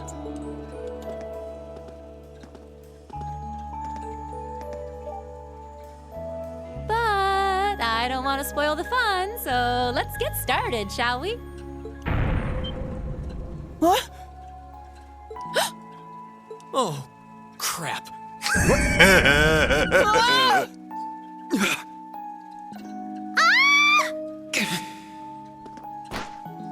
And Reen just made his first mistake. Come on, Fee. No cheating. You're going with them, and that's that. What's the point in having an icebreaker if you don't make a couple of new friends? Lame.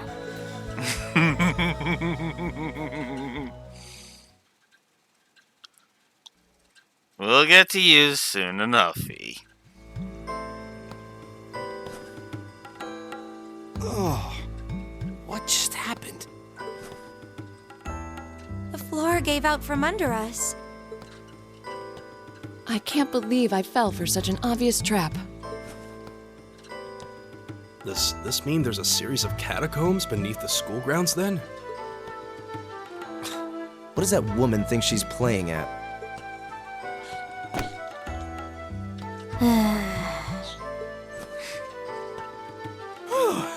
I thought my heart was gonna jump out of my chest. Hey, Reen, are you... okay?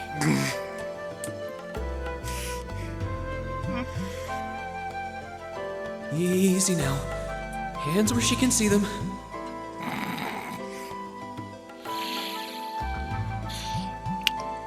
Oh, Reen, you poor dumb bastard.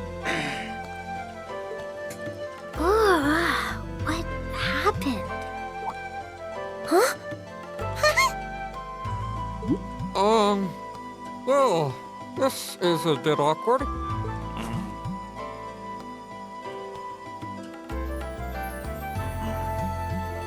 Yeah, I'm really sorry about that. Still, I'm just glad you're okay. That's what's really important here, right?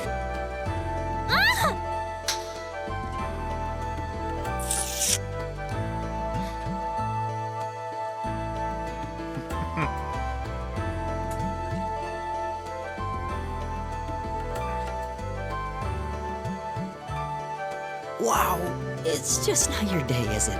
Well, now that I've hit the bottom, things can only improve. I hope.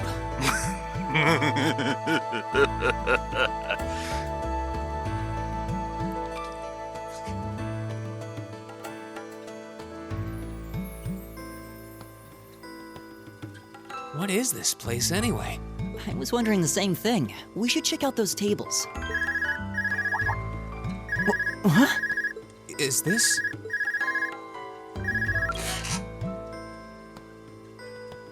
It's coming from the devices we received with the Academy guidebook. Seems to be some sort of portable orbment. Right you are. These handy little devices are a special kind of battle orbment. Is that Miss Valestine? So, these devices have built-in communications functionality then?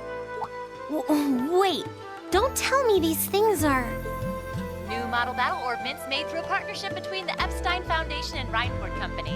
Newly made 5th generation battle orbments, in fact. They're called Arcus units. Argus. So these are battle orbments. That means they'll allow us to use arts, right? Sure will. Just set a quartz into one of its slots and you can use arts all the livelong day. Which is why I've prepared enough quartz for each and every one of you.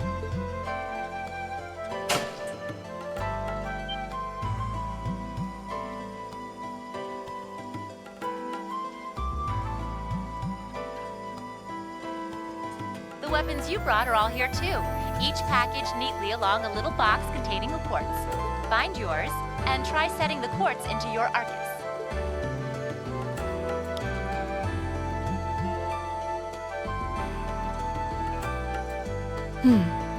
I suppose it can't hurt to try.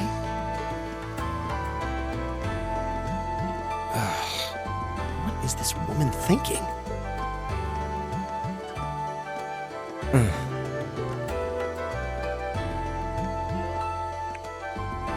Let's see. Mine is that one. Oh, I see mine over there. Let me just go grab it, okay?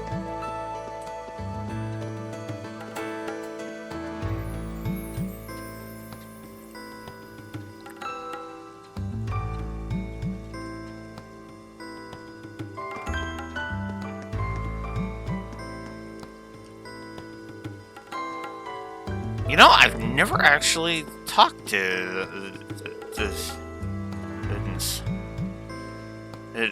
my classmates. Good. My blade seems undamaged. I'm not particularly adept with orbital arts, but it may be best to have some prepared regardless. I know this is a military academy, but I didn't think we'd be thrown into battles quite this quickly. So she even told us to get our quartz all set up too. What in the world is she planning on throwing us into?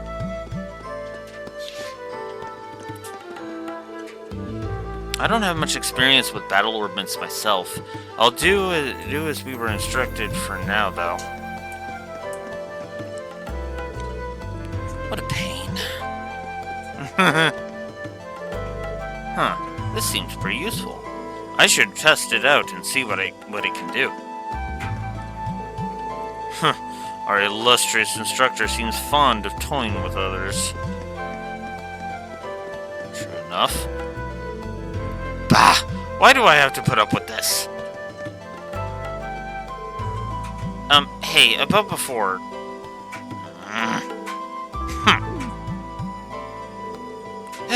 The future's looking bleak. Admittedly, this annoyed me my first time playing this. The whole Elisa being mad at Reen thing. But I actually like it. It avoids a trope. But I'm going to talk about that in Chapter 1, not here. For now, let's just get the Master Quartz. Force. Green obtained items selected from beginning New Game Plus. So this is also where the New Game Plus features actually kick in. Outside of, levels and notebook and all that stuff. What's this? That's called a Master Quartz. If you set that into the large slot in the center of your Arcus, you'll be able to use arts. Go on, give it a try. Alright, so, set the Master Quartz into Reen's Arcus. Quartz can be set in the Orbment section of the camp menu. So, triangle brings up the stump, bunch of orbits, and... So, Master Quartz are back, and they are just as good as they ever were. Except, I would argue it's actually better, because each Master Quartz not only has stat distribution and different abilities, but it also gives you access to arts without needing specific quartz.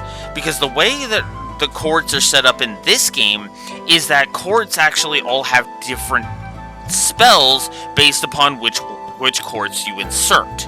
Some quartz will have multiple spells to it, multiple arts to it, but for the most part, it's going to be a singular art for a singular quartz.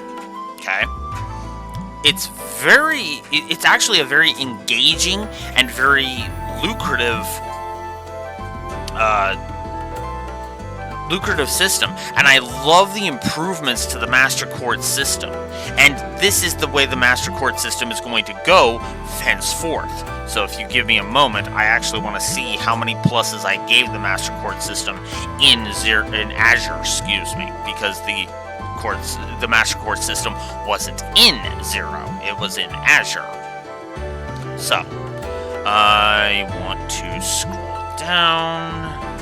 I do not want to sign in, god damn it. And I also want my audio to stop glitching. Let's see.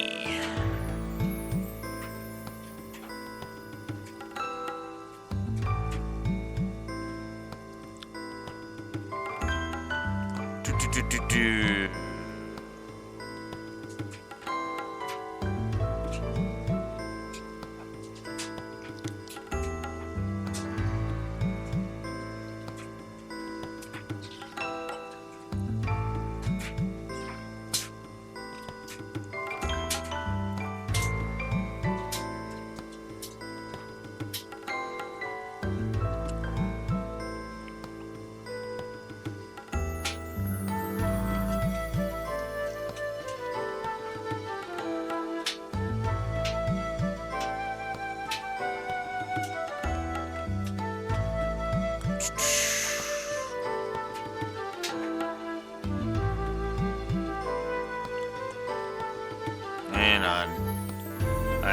And I gave a lot of positives. Ah, there it is. Yeah, I gave 1. But the Master Quartz system from here on? Yeah.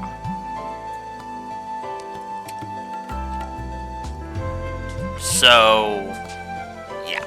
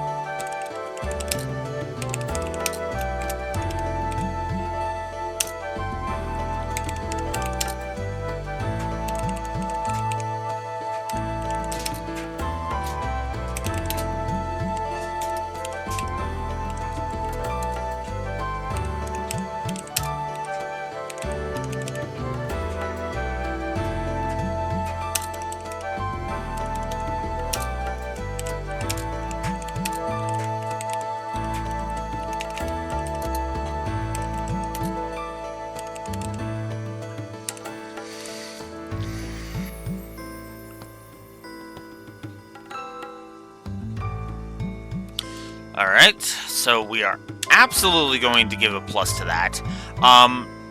Let's also give good kit via quartz, because might as well just give that now. As per usual. And just give that. So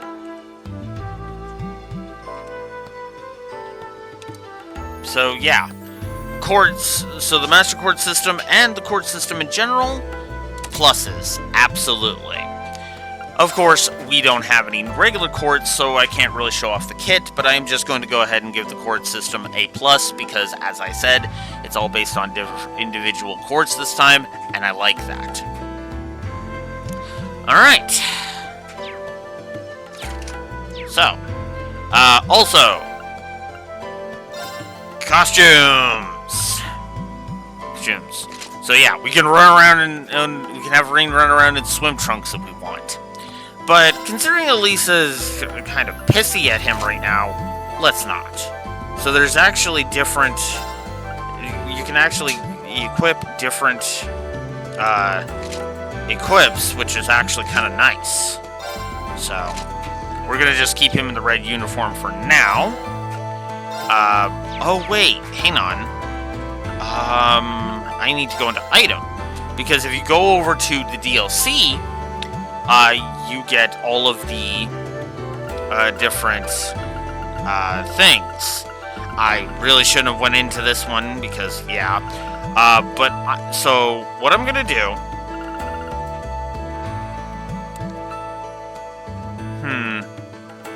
Should I do this now or later?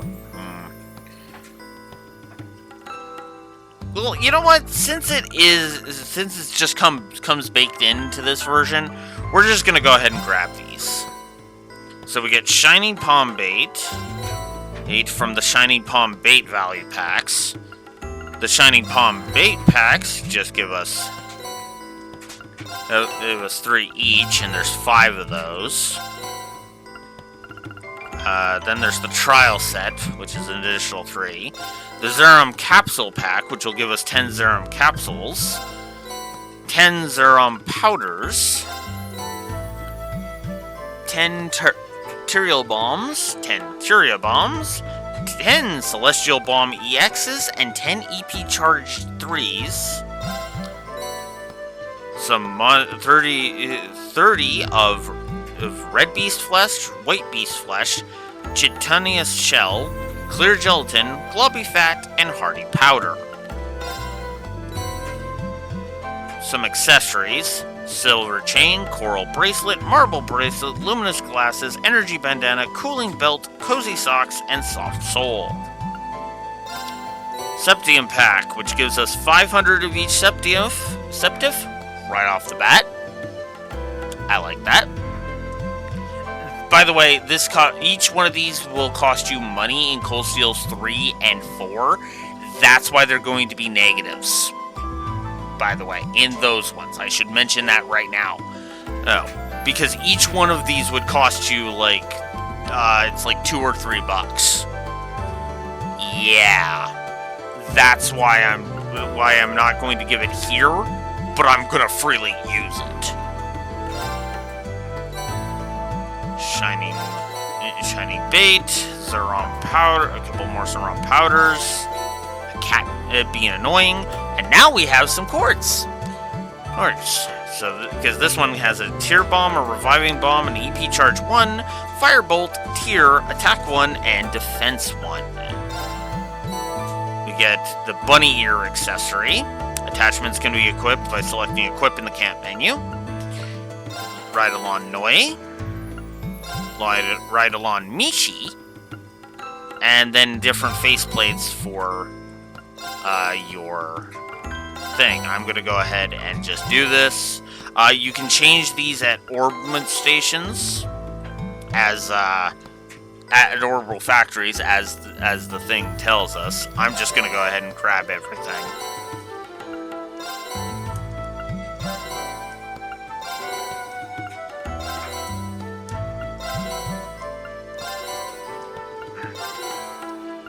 Fees, Eustace, Emma, Machias, Laura, Elliot, Elisa, Green.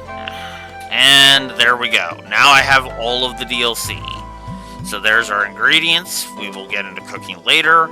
Shining Palm Bait. Bait to lure out a rare and elusive Shining Palm.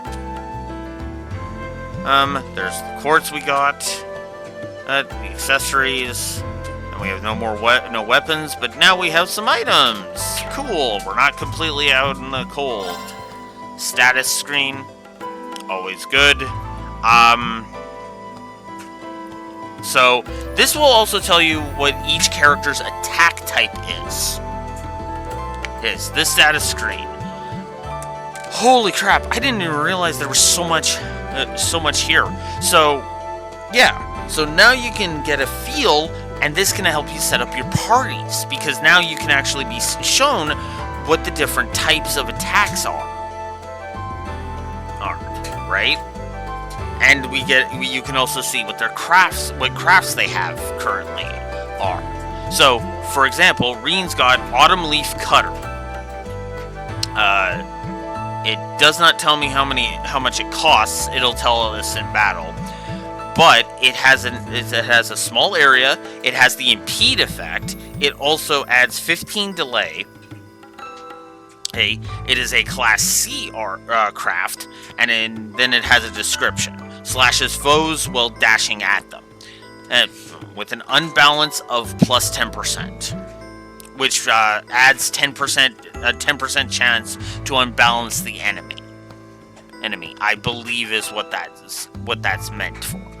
So, yeah.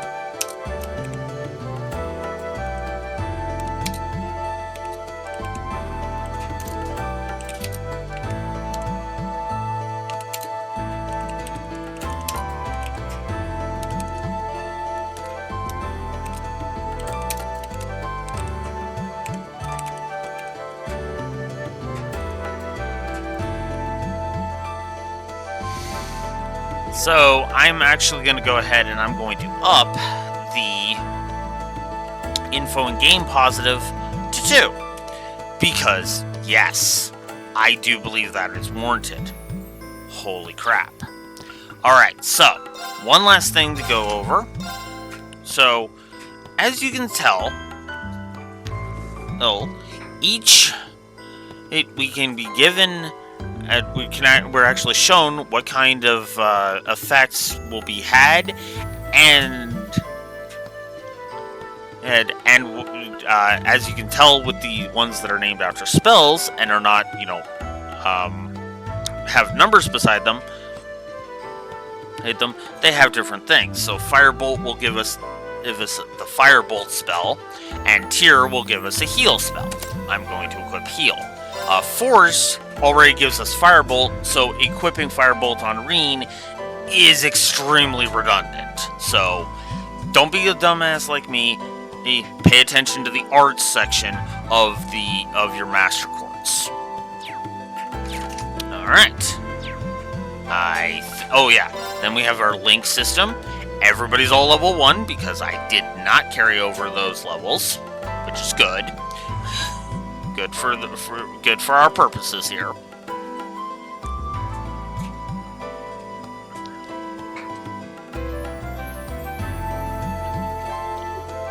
So that's good. And yeah. And then, of course, we have the notebook, which now has tells us gives us summaries of the story, so that's cool. So, yeah, that's good info. What in the world? That light means that you've successfully synchronized with your Arcus. Congratulations! Now you can use arts as much as you want. These Arcus units have plenty more nifty features, but I wouldn't want to bombard you with too much info all at once, so we'll cover those another time. Anyway, since you've got your Arcus all set up and ready to go, here's what I want you to do. When you step through that door, you'll be in an underground testing area. Basically, it's a dungeon. It's pretty large and full of twists and turns. I'd almost guarantee you'll get lost at least once. But when you find the exit, you'll be able to return to the first floor of this old schoolhouse. There are monsters wandering around though, so don't let your guard down even for a moment. With all that said, let's commence our special orienteering exercise. Your objective is to make your way through this area and back to the surface. Make it back in one piece, and I'll be happy to field any complaints you might have. If you make it back safely, I might even give you a kiss. Free of charge. On the cheek, of course. God damn it, Sarah.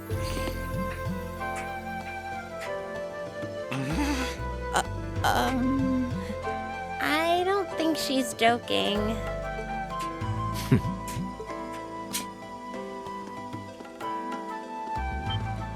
And just where do you think you're going? Were you planning to wander off on your own without saying anything? I have no interest in becoming friends with anyone here. And I'm surprised that you, of all people, give a damn what I do. Unless you've suddenly decided you do want to keep company with one of those stuck-up hedonists after all. You know, Marcus, you bring this on yourself, dude. Like, seriously. Still, if you're afraid of the monsters, I suppose I could accompany you. After all, what kind of Erebonian noble would I be if I didn't have at least some degree of prowess with a sword? And noblesse oblige dictates that it's my sacred duty to protect powerless commoners such as yourself. What the hell? Welcome back, Nobody's asking your high excellency to deign to help us. If that's how you're gonna be, I'll just find my way out of here before you.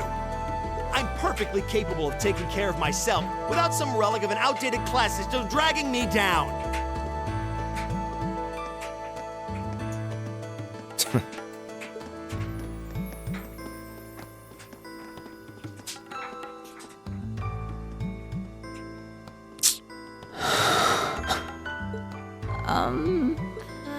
What should we do? The only thing we can do. We should begin exploring these ruins ourselves. I believe it would be prudent to remain in small groups, however. Would the two of you have any objections to accompanying me? Oh, no, that's fine. It would be a huge help, actually. And you're welcome to join us as...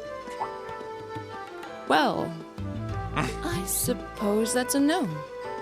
Perhaps we'll run into her along the way, and she can join us then. So, shall we be off? I'm certain you gentlemen will be fine, but do take care. Okay. If you'll excuse us, please.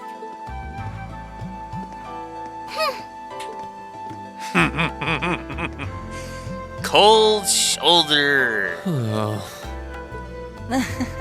Not such a hot first impression there, huh? You can say that again. I'll have to clear things up with her later. Anyway, how do you guys want to do this? Should the three of us stick together too? Sounds good to me.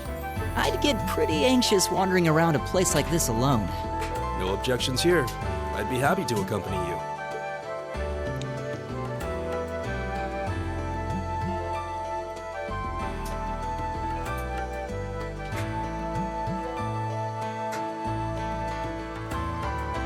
I don't believe I've introduced myself yet. My name is Gaius Warzel. I should probably go ahead and start jotting down character pluses, shouldn't I? Okay, so I've been trying really hard not to just bombard with huge amounts of pluses, but let's just start this one.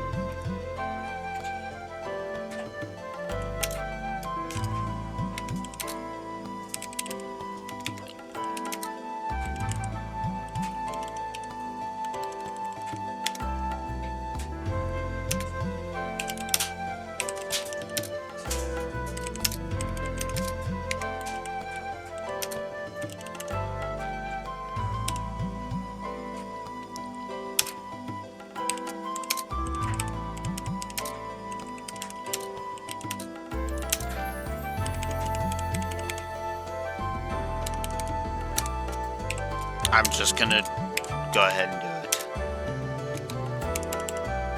Yeah.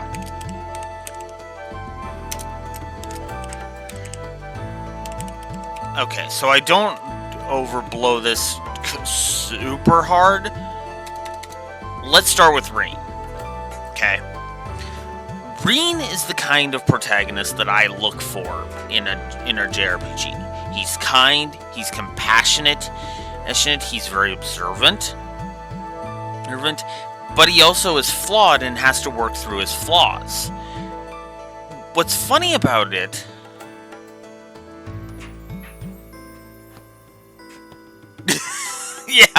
yeah, I guess that's a redundant statement at this point, and it's going to be even more redundant in a moment because I'm about to add, like, probably about, well, okay. For the sake of not going too insane, what I'll do is I will give pluses and minuses as we go along for the party members. So, what I will go ahead and do is I will only give pluses to characters. I will only dole out the positives for characters as we recruit them. But I will do so through the scope of the whole game is what I'll do. So, because at this point, I've already bombarded this game with so many positives. I mean, we're at 25 positives to gameplay, for God's sakes. I gotta be honest with you, I didn't think it was gonna be that much this fast. Because it was like, oh my god. Ugh. Like, it's nuts. It really is nuts. But yeah, no. I stand behind it. You know? But anyways, so Reen is one of my favorite JRPG protags in all of JRPGs and in gaming in general. Yeah, 2.5 hours of just gushing about this game. Gee, I wonder if I like this game. Anyways, so Reen, I'll just go ahead and say it. Reen's haters can kiss my ass. I say it in the document and I'll say it here. Reen's haters can kiss my ass. He is an awesome protagonist. He's flawed. He's caring, he's compassionate, and he's flawed. I like Reen because, again, Reen is not, it's not the Ubermensch. He's not awesome. He's basically just, well, to be blunt, he's a male Estelle. That's what he is, right? And that's actually one of the things I like about him. Now, one of the criticisms that has been lobbed at him that I do agree is that you don't really get too much of a sense of his personality, but I don't think you really need that. There is still enough of his story here, if you pay attention, to really get a grasp of who Reen is as a character. And he has flaws. He's already made a mistake on screen. He presumed that Elisa needed help, went to help her, and ended up with his face in her chest, which now has her upset at him. Now, I think she's doing this a little, going a little too overboard with that, admittedly, but, right, that makes perfect sense, right? Reen is the kind of protagonist where his flaw is that he cares too much.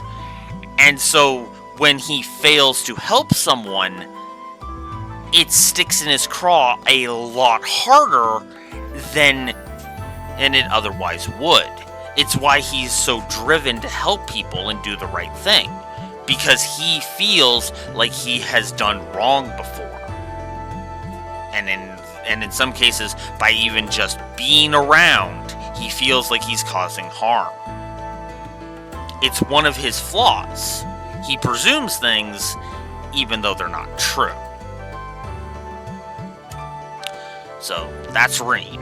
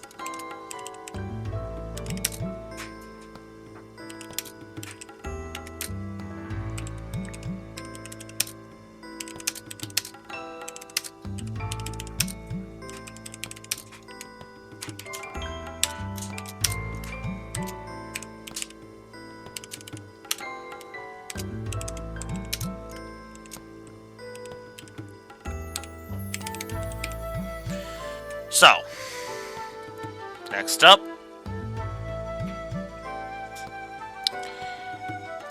triple positive for Elliot. Elliot is one of those characters where I feel like he feels like a positive outlook. It's very interesting that Elliot kind of feels like he's very timid and very shy, but he finds his courage. And what's funny is that, well, I wouldn't have put it past him if he was, if he found he didn't want to really be a combatant.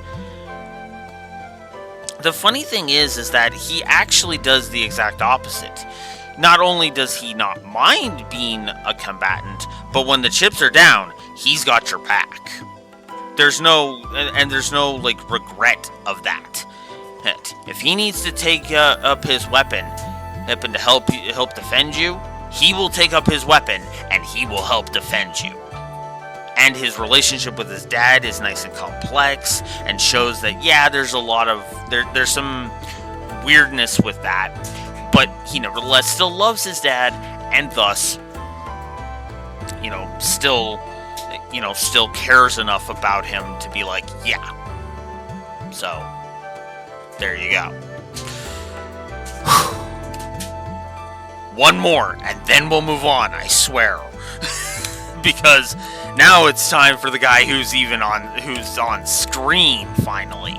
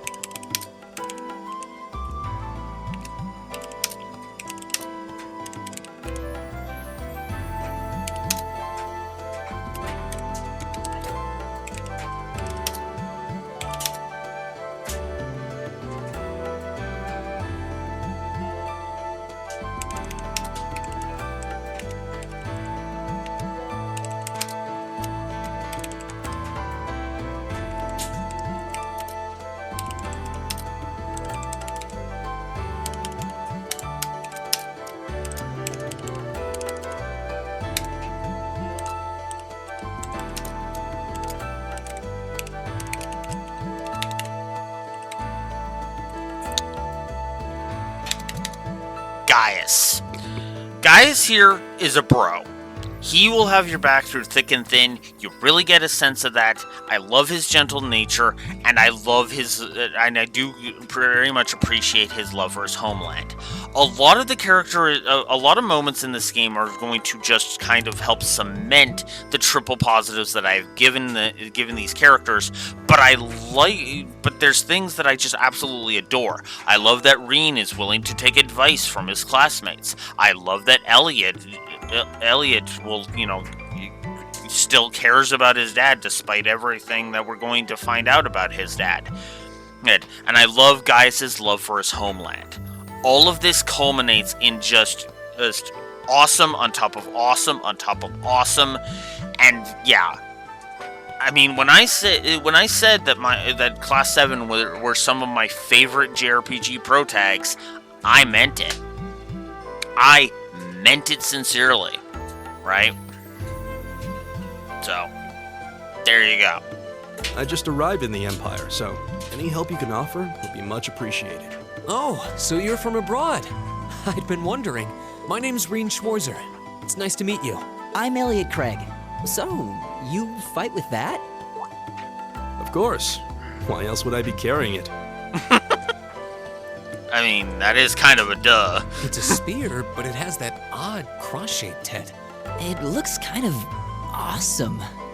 Yeah, I do agree. I like Gaius' spear. Think I of really it as do. combining the best parts of a spear and a poleaxe. I was pretty handy with it back home. But speaking of weapons, I have to say, yours looks pretty unique. Oh, this thing. Is it a staff? Wait, no. It's an orbment, isn't it? Both, actually. It's an orbal staff. The tech is pretty recent. This one's still a prototype, more or less. Yep. And just like with Tio, we now have an orbital staff user on the team. In fact, we have 2. So, yeah. Back during enrollment, they told me I had some aptitude for it, so when it came time to choose, I just sort of ran with it. Interesting. I've never seen anything like it before. Can't say I have either. They're still in development, apparently, so there aren't too many around just yet. But that said, I'm curious about what you've got there, Reen. Oh, my sword?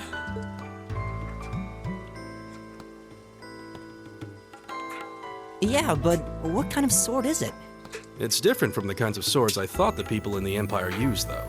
It's an eastern style of saber called a tachi. Any way you slice it, though, it's basically a longsword. Wow, that's one beautiful blade. I do like Green's sword. It actually looks pretty cool.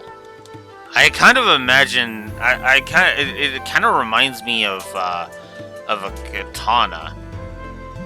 In fact, and its length kind of reminds me of Sephiroth's Masamune, actually. The craftsmanship looks exceptional. They're renowned for the layering of their steel and the sharpness of their edge.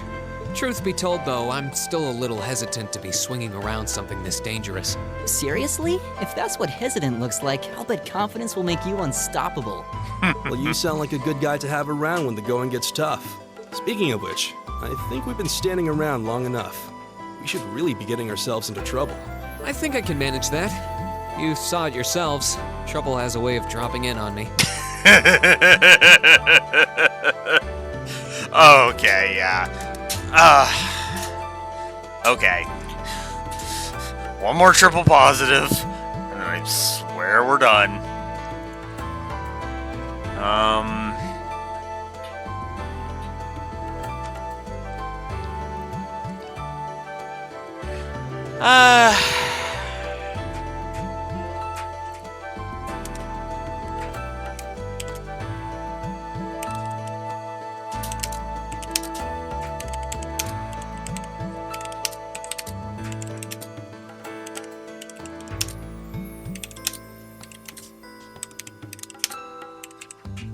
Because I know this game is going to make me laugh. If all over the place.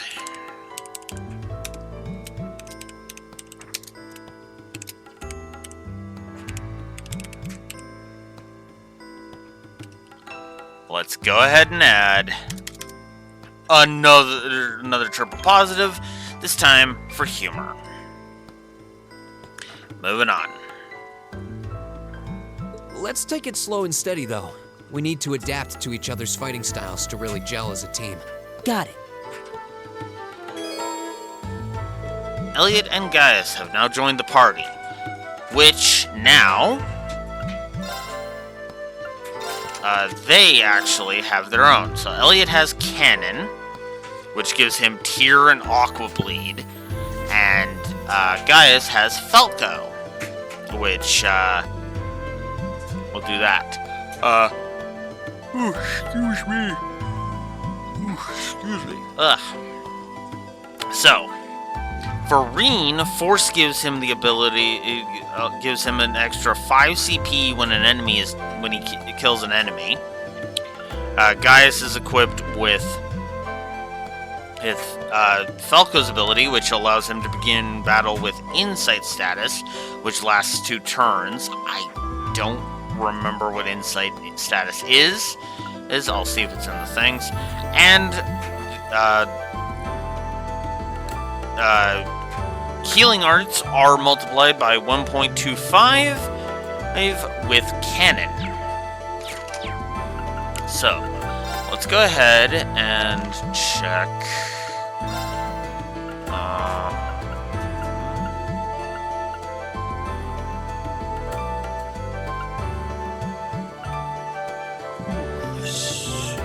Use me.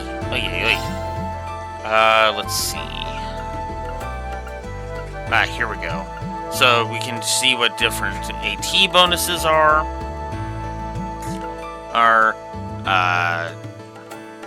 We can see the different statistics. Oh, and they even tell you what the different battle evaluations are. Nice. Nice. So you have we have Vanquisher, defeating 4 or more enemies at once. Then it's Triple Kill, which is 3 enemies at once. Double Kill for 2 enemies at once. Triple Cancel, if we cancel arts or crafts 3 times. Vengeance, which where you win the battle while your HP is low. Unscathed is winning without any party members taking damage. Double teamed, performing link attacks 2 or more times. Counterattacking 3 times. Overkill, defeat an enemy with an attack that deals damage greater than 5 times their remaining HP. Swift and Sure, which is win in 3 turns. First Strike, successfully initiated an encounter with an advantage. Natural Remedy, let abnormal status effects fade on their own 3 times. Bag of Tricks, use 3 items. And analyzing an enemy's info. So, yeah. So we have, and then of course we have our abnormal statuses, which are all the same stuff that we normally have. Poison, Seal, Mute, Blind, Sleep, Burn, Freeze, Petrify, Faint, and Confuse, Death Blow. So, all the same. And Nightmare, which afflicts the target with sleep and bestows a random status element when they awaken. So, it's basically a harsher version of sleep. Then we have Delay, Vanish, and Balance Down. Which again, you're more likely to be afflicted.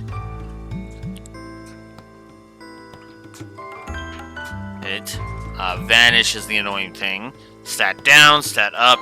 There's Insight. Insight increases accuracy and evasion by 50% and renders the imbued 10% more likely to unbalance a foe. So Gaius is going to be very useful on that front. Alright. HP regen is of course restoring HP each turn. CP regen is the same but for CP. Then there's the physical immunity and arts reflection.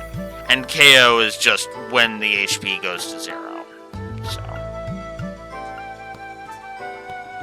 And it even tells you about the efficiency. Nice.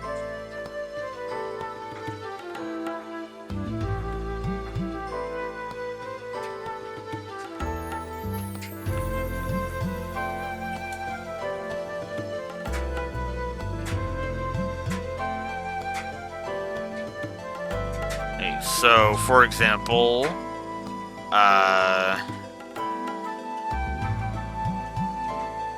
Nightmare being ineffective because it's down below 20.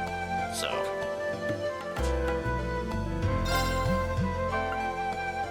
then this talks about switching characters in your reserve. This talks about the elemental efficiency, the analysis, attack arts, S-crafts, and S-breaks. Yeah. So, alright.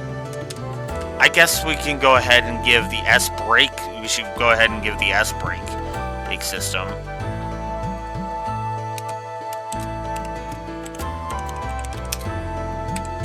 Sorry. back. And as good as ever.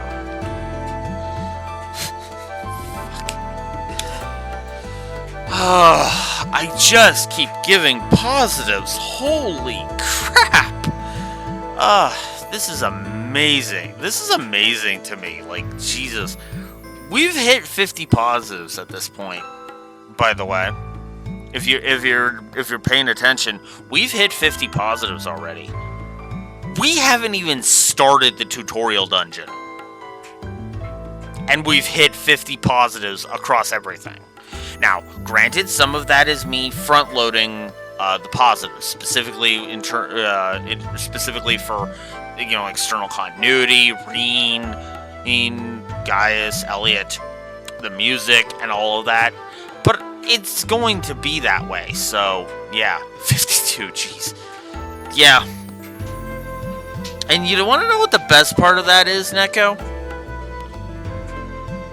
I do have negatives. But there's only 2 of them, and I have to go ahead and... Yeah, not a single codified negative. There are 2 negatives that I am currently debating, that I have put as hypotheticals. And that, of course, is the Scaling Exp. Literally only one playthrough where I have had Scaling Exp, so I can't speak to Scaling Exp. Well, okay, where the Scaling Exp wasn't like, here's 1 or 2 X per combat. So, can't speak to, can't front load that one. And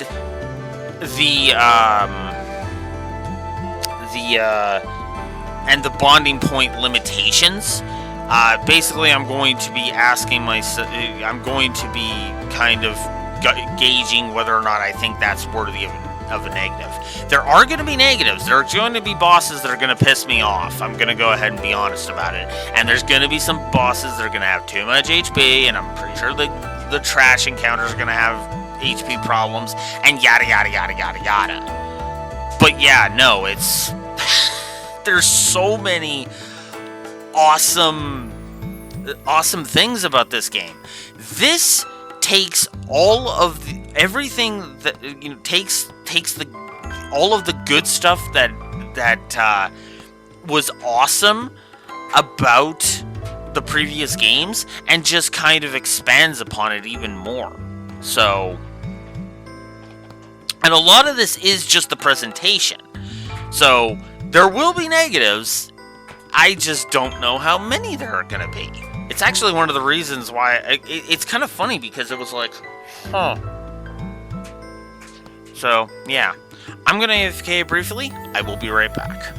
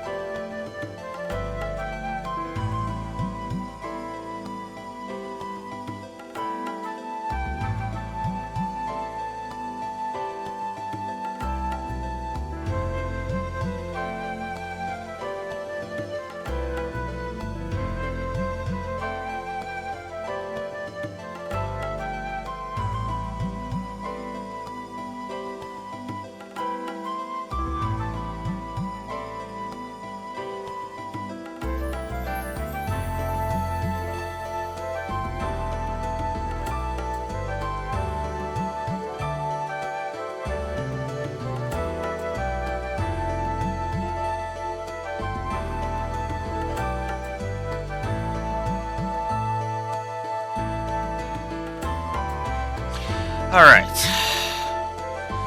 Now, to be honest with you, I do think the positives are probably going to slow down a little bit. Because a lot of the positives that I have given are presentation and general stuff. So, I don't think we're going to be getting too much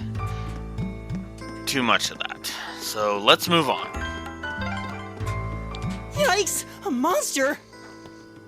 Huh. Never seen this kind before. Looks like a flying feline. Careful, everyone.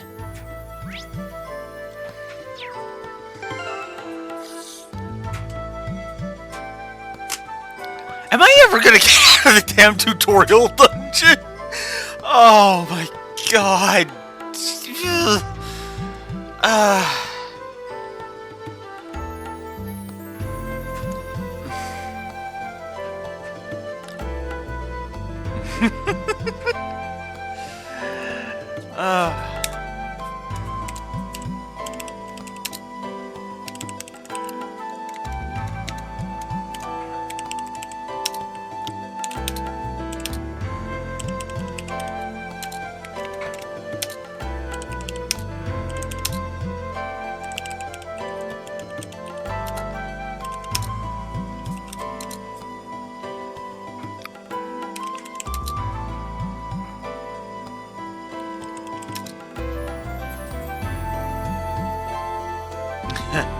Yeah.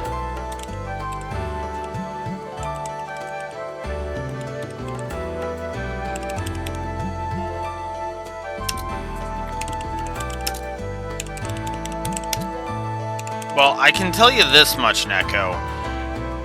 Cold Steel 2 is gonna curb stomp the original score it got. I can feel that. There's just something in me that is just feeling that, you know?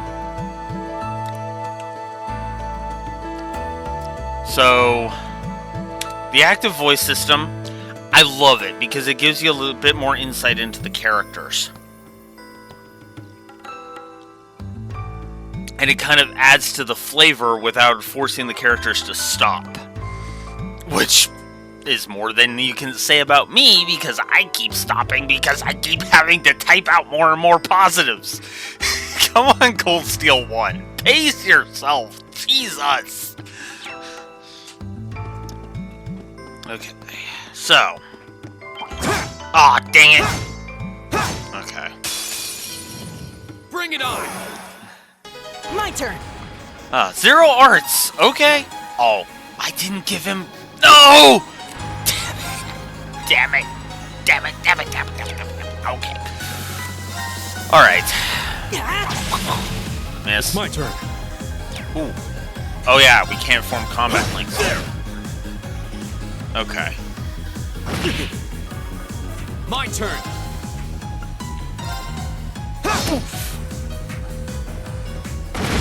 Ow.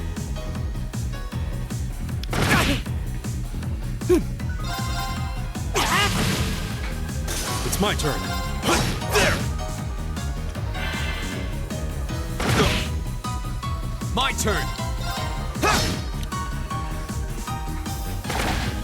Too It's my turn. There! My turn!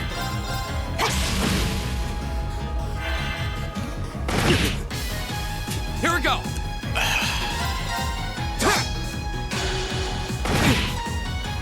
It's my turn. Together, we're unbeatable.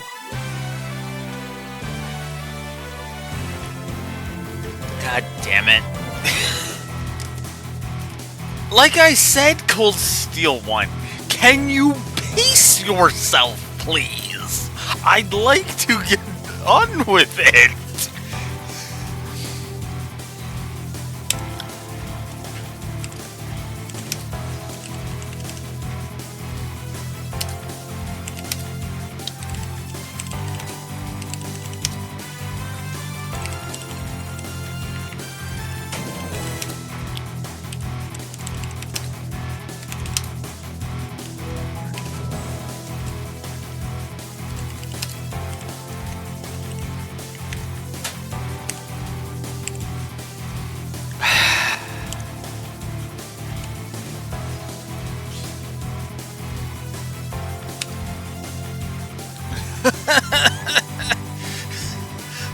I haven't even gotten like 5 feet out of the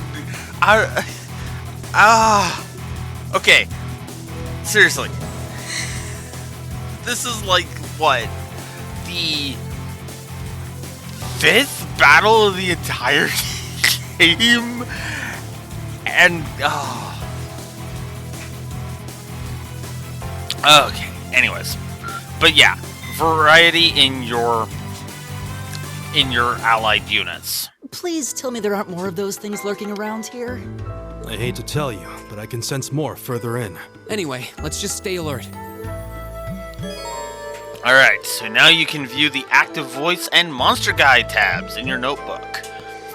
The active voice record lists the last 50 active voice lines heard, allowing you to reread them or listen to them again. Why we can't do that with main story dialogue, I don't know. The monster guide automatically records information on monsters you fought, serving as a valuable reference. Both can be accessed via the touchpad or by choosing Note and selecting the relevant tab in the camp menu. So, yeah, quick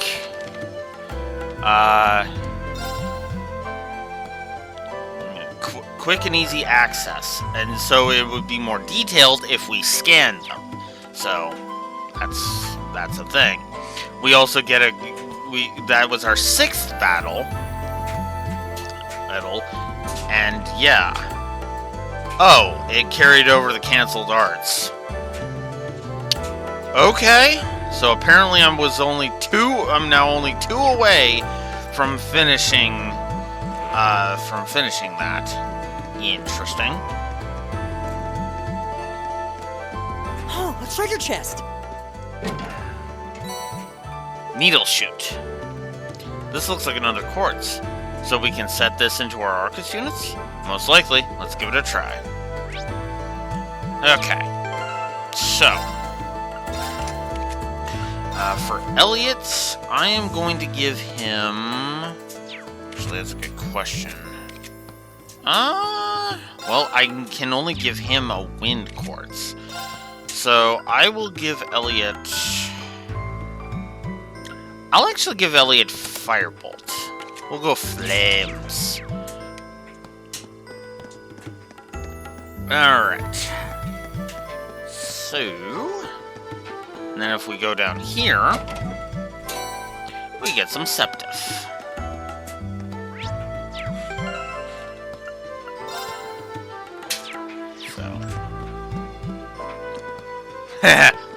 Fire! Okay, here's our orbment charging station. Looks like an orbment charging station.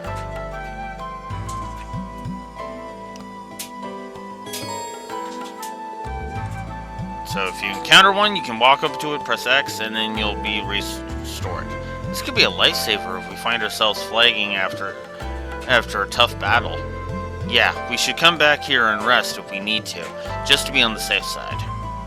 So, yep, there's your tutorial about that.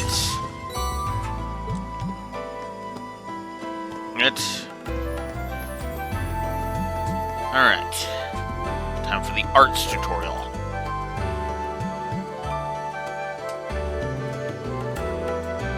I don't think physical attacks are going to be very effective against that monster. I think you're right. We'll need to rely on arts this time. Got it. Actually, attacking with my orbital staff has basically the same effect as an art, just without the casting time. So, if worst comes to worst, I should be able to run up and smack it. Wow, really? I can see that thing coming in handy. Well, we're counting on you to lead the charge then. Here goes nothing. My turn!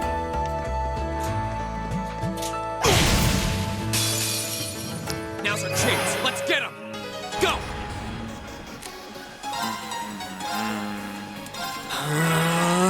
It's my turn. Cast some arts. Air strike. My turn! Arcus activate! Huh. Ooh yeah. Yeah.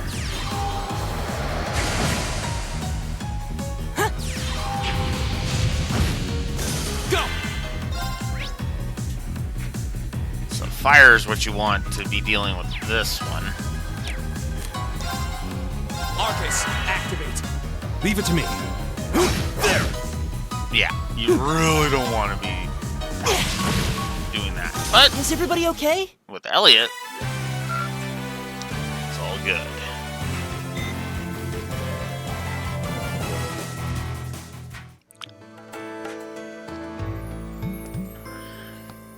It's my turn. I've got this! I'm starting to lose my sense of direction down here. Yeah, gotta make sure we're not going in circles.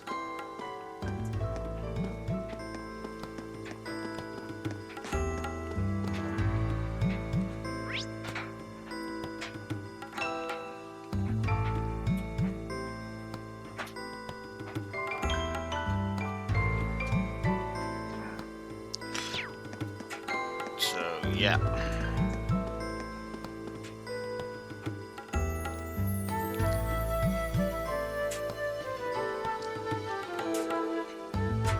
Insectoid monster, huh? Looks like that shell can take a real beating. Might be pretty tough to take it down. Agreed. We'll need to keep our wits about us against this one. We should probably give it everything we've got, arts and crafts included, and see what works best. Turn around, you. Come on.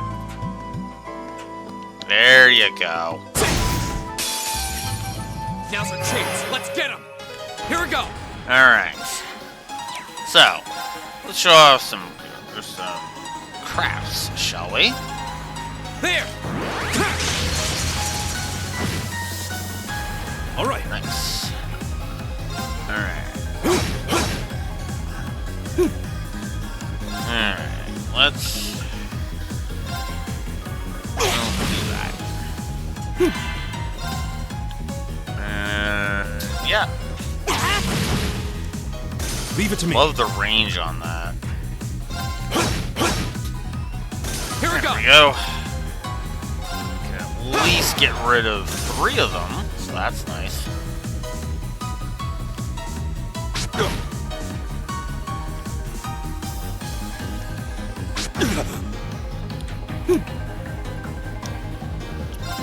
Let's smack 4 of them with crits, because why not? Too slow. All right. Still love the counterattack mechanic. My turn.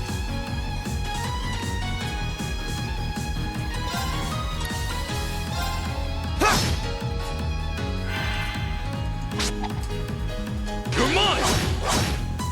Oh yeah.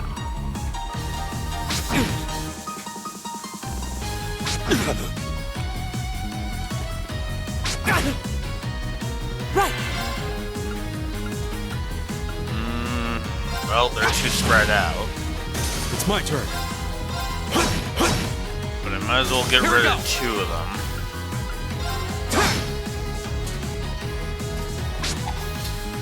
Too slow. And there's the 3rd on that front. Right. And done. Is everybody okay? Well, Reen could use a heal, but yeah.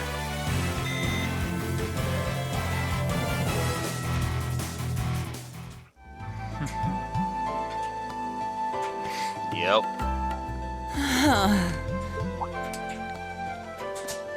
Elliot, are you okay? I don't see any obvious injuries. I'm okay. I was just so relieved the fight was over. The strength kind of just left my legs. I'm amazed how calm you two are. You don't seem tired or worried or anything. I guess I'm just used to fighting monsters like these. You need a hand? No, I'll be fine. It was just a momentary lapse on my part. I can get up. And there we go. Look out! Elliot! What?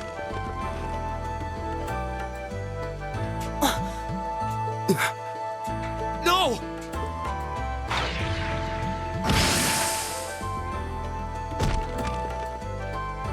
What?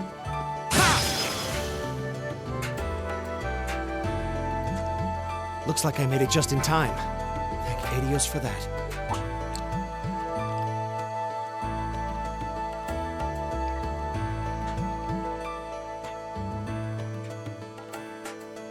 Oh, it's you! You said your name was Machias, right? That's right.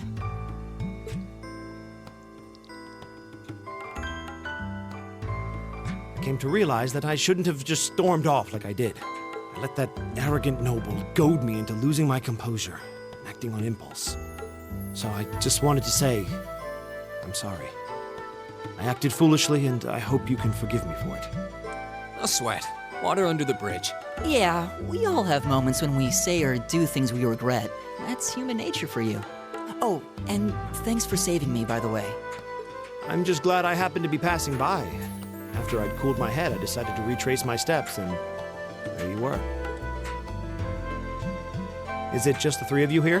Yeah, we stood around talking for a while, so the others are probably ahead of us at this point. I don't think there's any reason to go back any farther. I can't imagine you'll find anyone there. I see. I don't suppose you'd mind if I came with you, would you? I'm reasonably skilled with a gun, so you might find it useful having me along. Sure thing. Welcome aboard. The name's Reen Schwarzer. I'm Elliot Craig. It's nice to meet you. My name is Gaius Warzel. It's a pleasure. The pleasure's mine, I assure you. My name is Machias Regnitz. Could I ask you what social class you each belong to? I realize how that must sound, considering my recent outburst. But please, don't take it personally. I'm simply curious to know who I'm associating with. Well, both of my parents are commoners. Likewise, though my homeland has no class system to begin with. Ah, so you're from abroad then. What about you, Reen? Well, let's just say I haven't got a drop of noble blood in my veins. So I guess we're all on equal standing here. Huh? Well, now that's a relief. Just note how he worded that. For a bit later. We should probably get moving then. I'm somewhat concerned about the girls, as you might imagine. I'd feel much better if we were around to help if they wound up in danger. Okay, I know I'm snorting at that, but then again, that's also because I know Laura. just and Fee, for the record, but yeah. And both Elisa and Emma are no slouches either. Yeah, I suppose there's strength in numbers. All right, let's go. Alright, so Machias has now joined the party. Cool.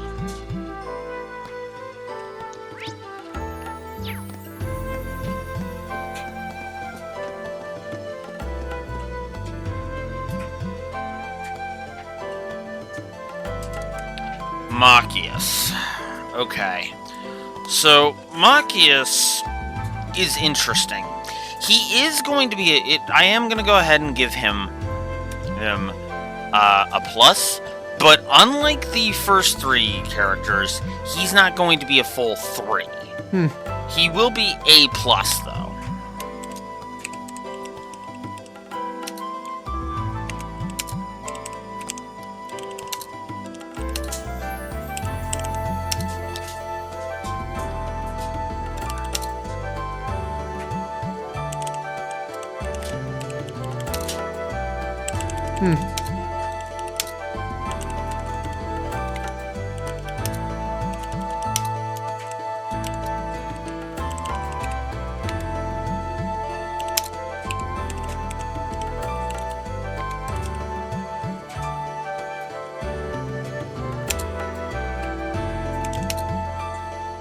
Right.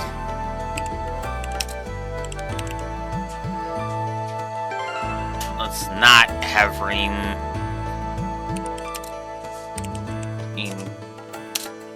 give us repetitive dialogue for a bit.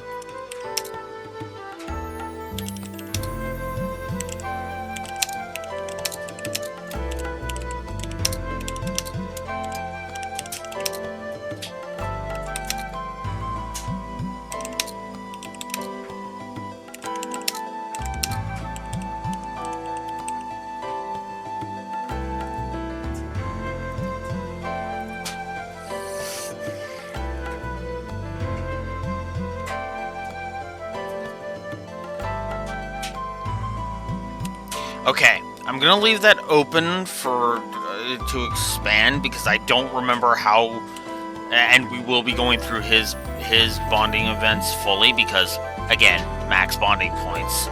But for now, Machias is gonna be 1 positive because I do think he has some growth, but I do think that there's a lot of pompous arrogance on his part that kind of holds him back. So for now, I'm just going to put him as 1 positive, and we will go from there. Alright. Let us go ahead and check your court. Okay, so you only have that. Okay. What's a place like this even doing on the school grounds? Yeah, who puts a giant trapdoor in a campus building? Yeah, that's a good question. Now's our chance. Go! My turn. Alright. It's my turn. Leave it to me. So, Machias has a bit of range to him. Eat that. Here we go. It's my turn.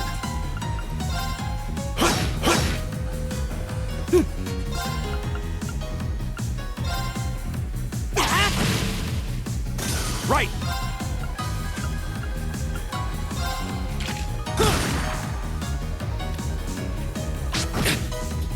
The range on the movement in that is honestly kind of nice. Uh-oh. Not yet. Okay, let's Arcus, activate. yeah, let's heal Rain up here. Leave it to me. As much as I would love to complete this, get that My turn. vengeance Right. thing, I kind of can't afford it. Case in point. Here we go. Leave it to me.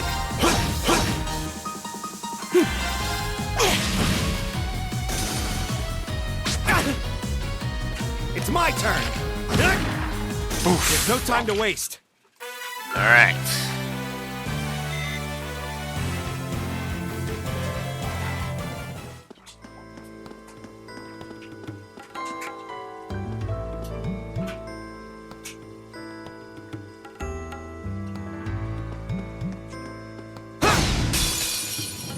Now's our chance.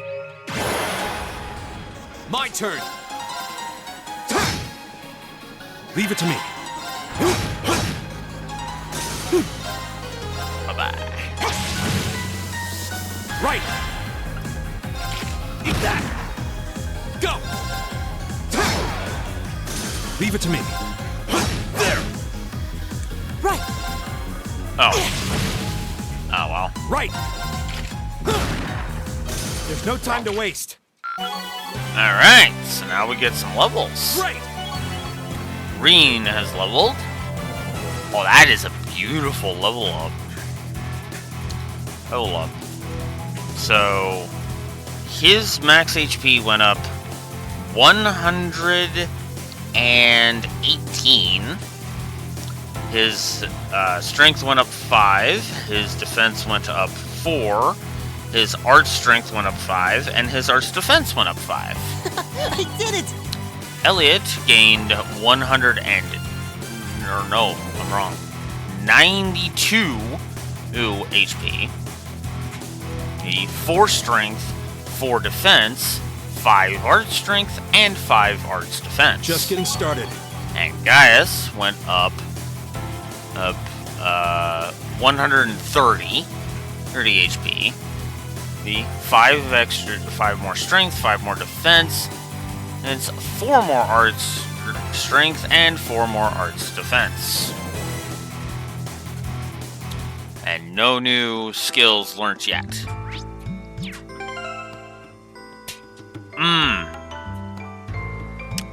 I forgot to double check that.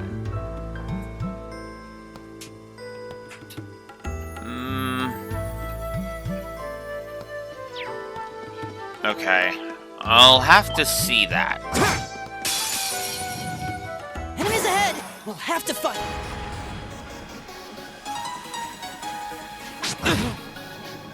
Here we go!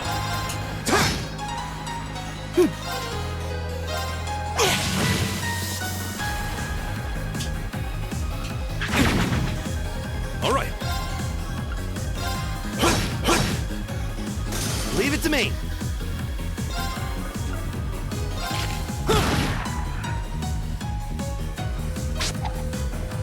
You're mine! Here we go! Arcus, activate! My turn!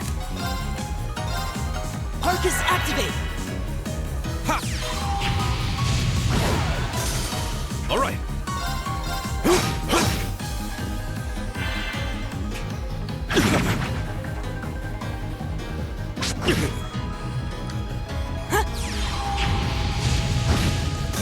Leave it to me. Eat that. All right, let's keep moving.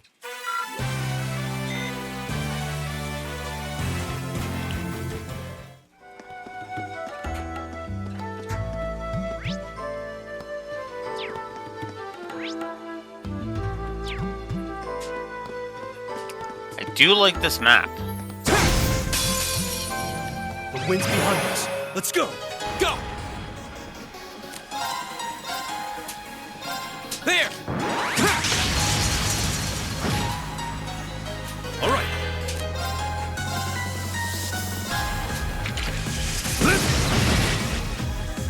There's Gale's Stinger. Keep it up, everyone! Right.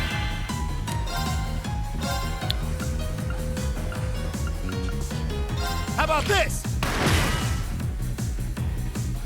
Go! Whoops. All right. One.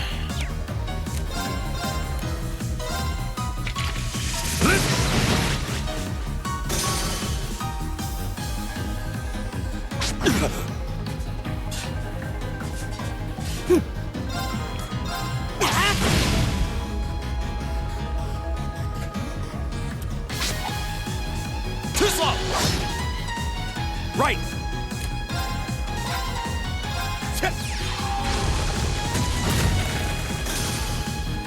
Go!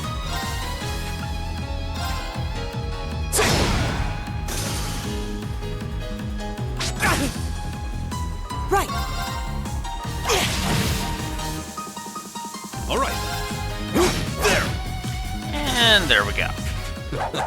I go where the wind takes me.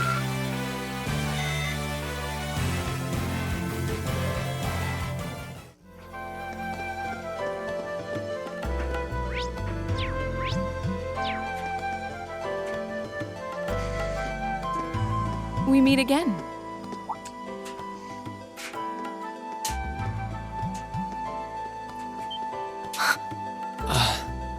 Good to see you guys are hanging in there. I'm glad the four of you are unharmed as well. Well, it seems you've cooled your head a bit at least.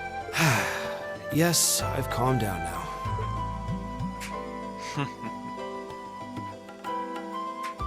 At any rate, I don't believe I've introduced myself yet, have I?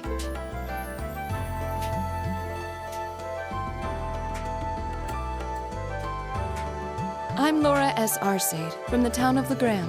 It's a pleasure to make your acquaintance. Huh. Legram? That's down on the southeastern outskirts of the Empire, isn't it? Correct. It's an old castle town on the shores of Lake Ebble. We're connected to the rest of the country by train, but other than that, it's a fairly remote region. That name sounds so familiar. Wait, so your father would be... Yes, my father is Viscount Arcade, Lord of Legram. Do you take issue with that? No, not at all. Machias, was it? I can only speak for myself, but I don't feel I've ever done anything to bring shame upon myself in Adios's eyes. And I fully believe the same to be true of my father. Please, I meant no offense. I'm sorry if I, say, I don't believe we've been introduced.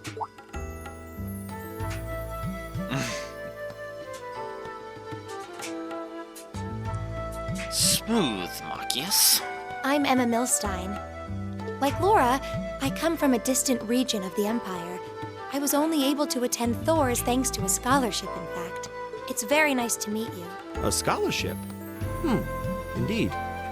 Now that you mention it, our instructor did say yours was the top score on the entrance exam. I think I was outdone. By a girl, no less. Machias, don't go down that road.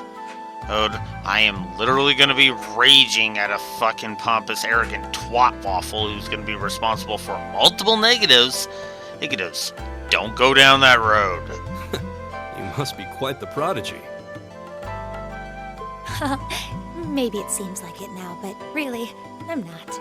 I don't have any training in the martial arts either, so this is the weapon they recommended for me. Oh, cool! You got an orbital staff too. Yours looks different from mine, though. Huh, so it does. I wonder if it's just cosmetic. I really need to clear things up with her, but what will say? Is something the matter? We're all acquainted now. It's only proper that you introduce yourself. Yeah, okay.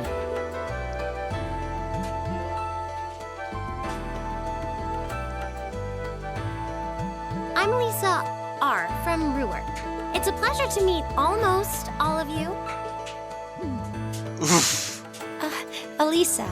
Ruhr, huh? What's it like living there? There's probably a new technological breakthrough every week. The Reinford Company's based in Ruhr, and they're the largest heavy industry corporation on the continent, aren't they? I suppose they are. So, hey. I guess that bow must have been in that case you had with you when we first met, right? I've never seen one like it. Is there some kind of orbital mechanism built in? There is, but I don't see how that's any of your business. Ouch. Yeah. Anyone got any ideas on what to do now? We've all run into each other wandering around. How about we stick together? I think that would be for the best. It's not safe for a group of girls to travel alone. You may require protection. You needn't to be concerned about that. Yeah, see. I beg your pardon? I don't mean to boast, but I'm confident my swordsmanship will be more than sufficient to protect us. For now, I think it's best to remain in separate groups. There are still 2 of us who remain unaccounted for. That's right. We still haven't run into that silver-haired girl. In that case, 2 teams means double the chance to find them. 2 teams is double the coverage, and double the chance of crossing paths with our missing companions. How's that sound? I have no objections. So then, shall we be off? All right.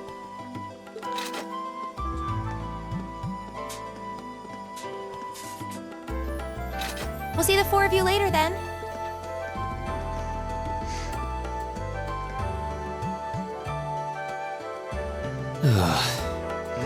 She really doesn't seem like she's gonna let that go, does she? It was clearly an accident. Everyone could see that.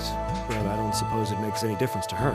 Still, is no one else worried about leaving a group of girls to fend for themselves in a place like this? There are 4 of us here.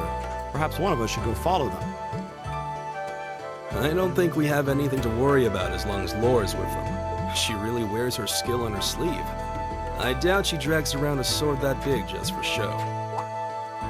It's certainly an enormous blade. I'd call it comically huge if it didn't look so dangerous. But at the end of the day, a lady is a lady. She's taller and sturdier than I am, though I admit it's still hard to believe anyone could swing that beast of a sword. I'll bet she can whip it around without breaking a sweat.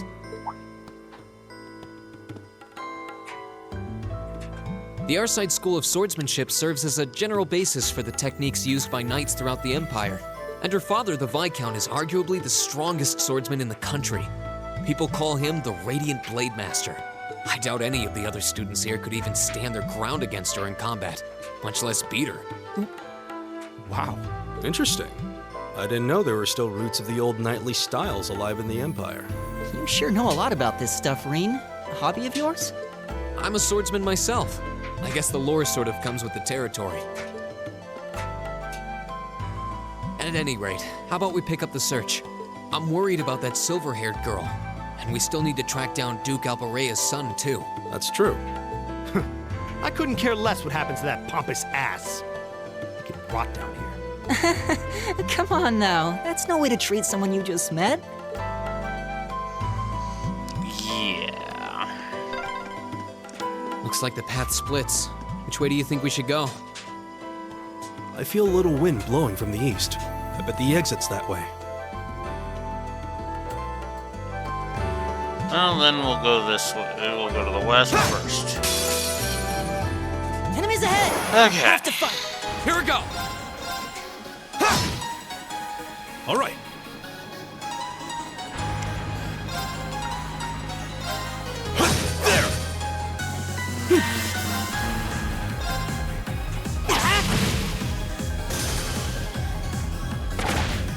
You're mine!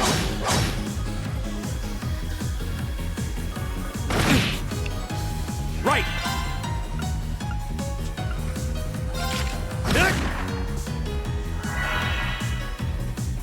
Ah.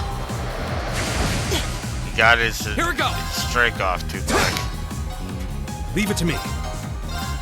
There. Right. Eat that. Go! No. Okay, It's my well, turn. whatever. There. Bye-bye. Together, we're unbeatable.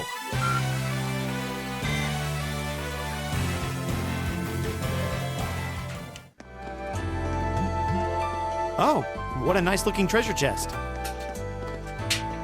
How you saw that around the corner is anyone's guess. It's Machias, but whatever.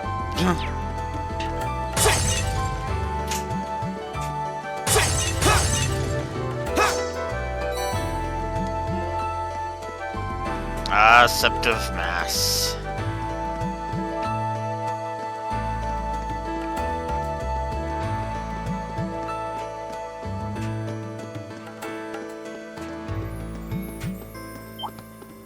One thing I do like about Enemies the ahead! old schoolhouse dungeon specifically, not to spoil too much, but Arcus, you're actually able to come back here. So if you miss any of the treasure chests, Leave it to me. you can just, get them later. There. As long as you know for sure that you've gotten the others. Leave it to me. That takes care of them. Okay.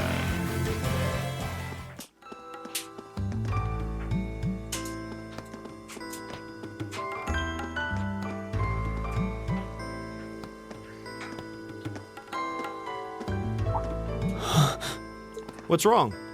More monsters? No, not monsters. It's...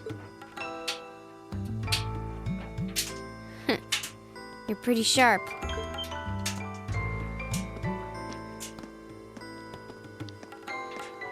Oh. It's the silver-haired girl. I'm glad to see you're all right. Though it looks like there was nothing to worry about in the first place. Nope. I'm small and quick. These things can't lay a finger on me.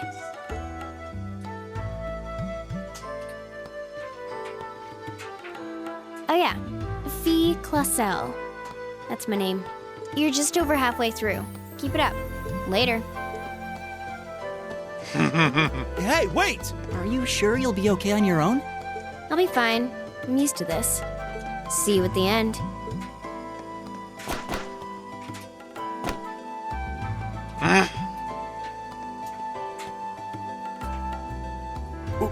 What just happened? Wow. She certainly wasn't fibbing about being quick on her feet. I guess we really don't need to worry about her. Yeah, now I'm more convinced than ever that she knows exactly what she's doing. Just over halfway through? Has she already been to the exit and then come back? She is quick enough that she could have done that.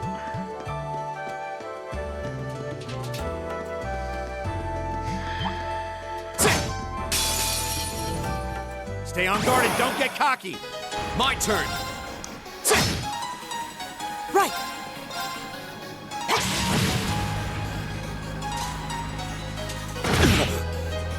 It's my turn! All right. There! Here we go! Right! Is everybody okay?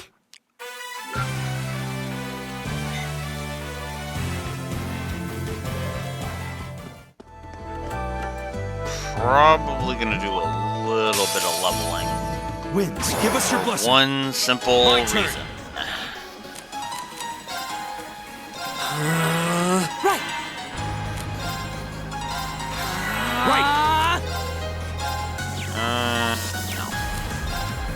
Eat that! Ha! All right.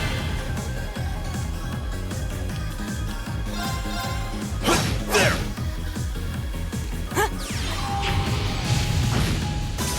Oh, we did it!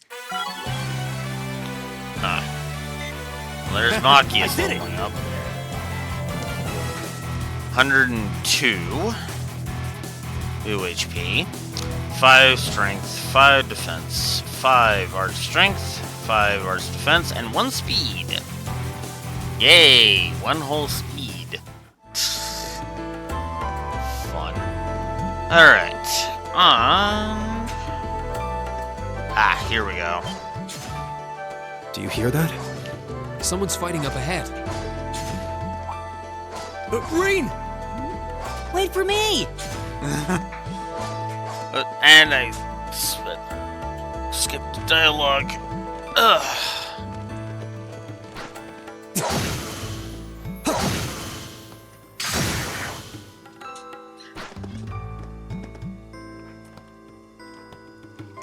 Incredible. That was really something. Judging by that display, I don't think he needs any help from us. I take it that's another school of Imperial swordsmanship? Right. That's court fencing, an agile style favored by the nobility. And judging by his poise, he's no amateur. Huh?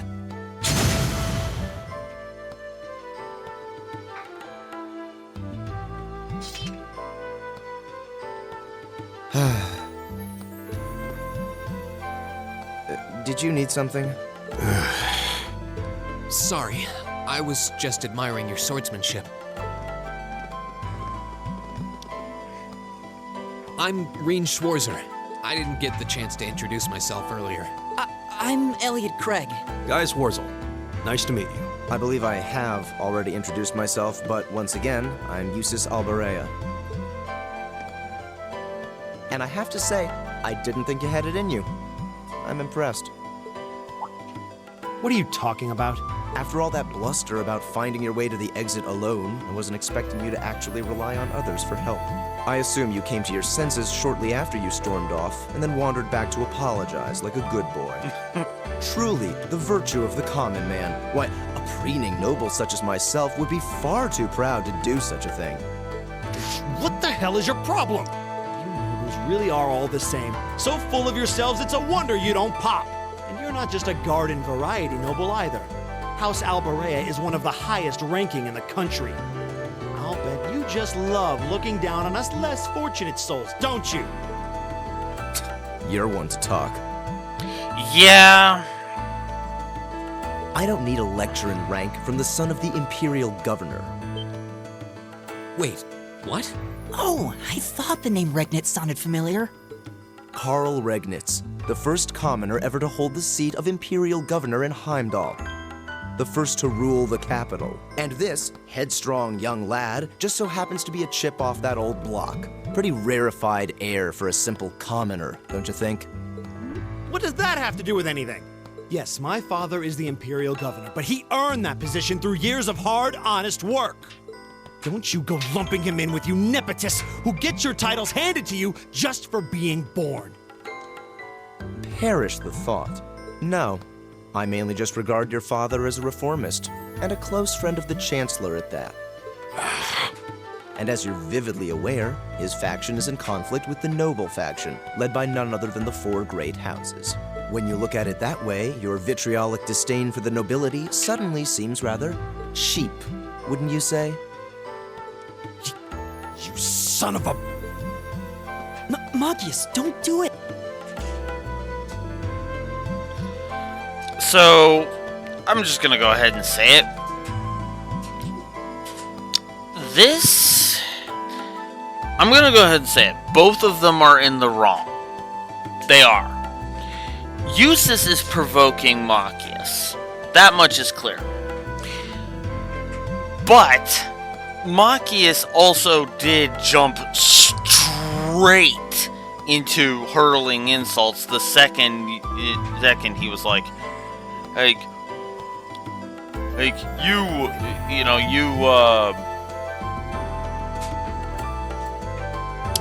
you went back and apologized like a good boy, right? Like it was still kind of pompous of him to do so, but at the same time, Machias has been asking for it the entire time. I'm gonna go ahead and be honest with you. The only thing that this really affects is who will be accompanying you for the rest of the prologue. So, on that front, and as I close off some stuff here, I am going to double check my thingy.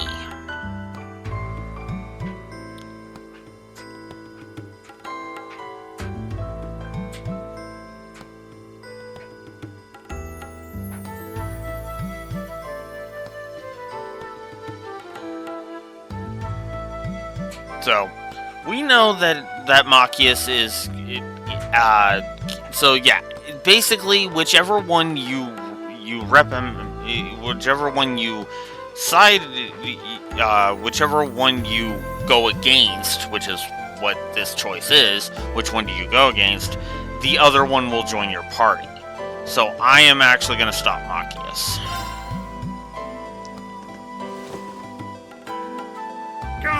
I know he's taunting you, but lashing out at him isn't going to solve anything. And Eustace, don't you think that was a little uncalled for? I wasn't the one who started this. Let me... Damn it, just let me go already!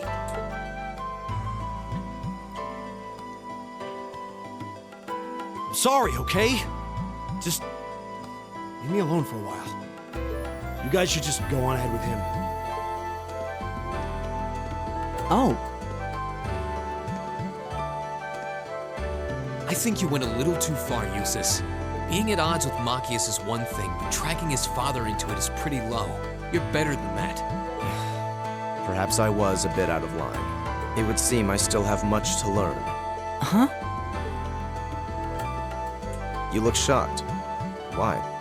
Well, you're the son of Duke Elberea, right? I wasn't expecting the son of a noble to admit he was wrong. Wait, no, that came out wrong. I'm sorry. There's no need to address me so formally. We may come from different social spheres, but here at this academy, we're supposed to be on equal standing. Or so the idea goes, anyway. Yeah, that's true. I mean, yes, I'm with you all the way there. Is class really that big a deal here in the Empire? It is. This country has a long history, and the class system has been one of its central institutions for most of that. So what are you going to do, Eustace? Machias said to go with you, but I don't want to press you into coming along if you don't want to. I was intending to press on to the exit by myself, but I'd prefer not to mimic the actions of his ilk, so I'll accompany you. What?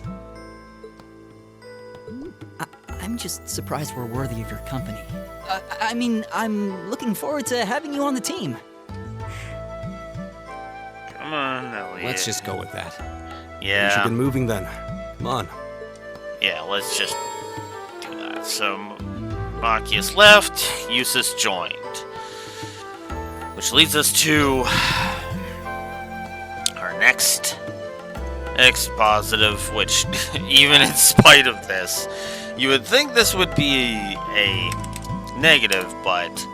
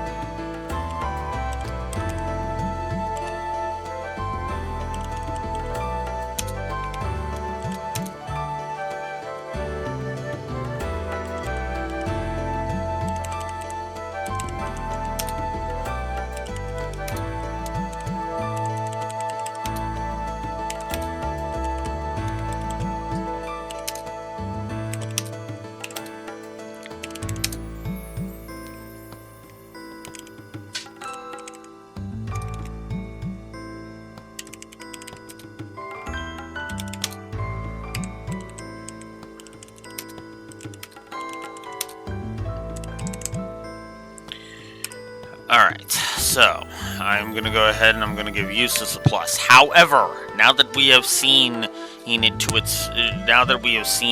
come right into the forefront in a major way, let's have our first story negatives, shall we? Yes, finally we are getting to some story negatives.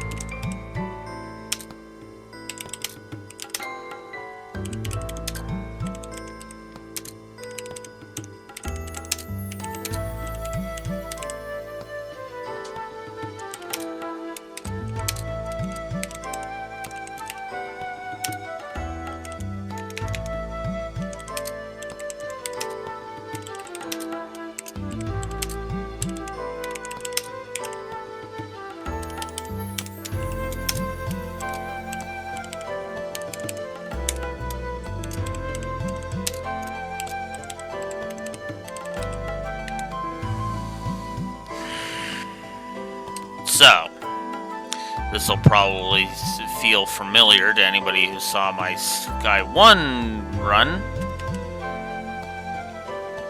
We have our first triple negative, and it is the rivalry between Eustace and Machias. It's cheap. It's cheap drama, and it doesn't work. The problem with this rivalry is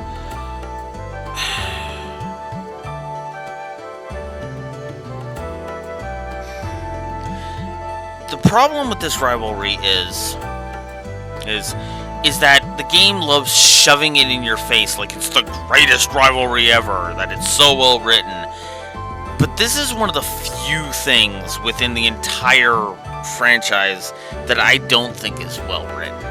And what's funny is that there have been several stumbling blocks. Ironically, a lot of them, and a good chunk of them in frickin' the Crossbell games. But at the same time, there have been stumbling blocks. And I think this is one of them. Eustace and Machias will basically have their entire characterization dominated by their rivalry, and their rivalry will boil down to one simple thing.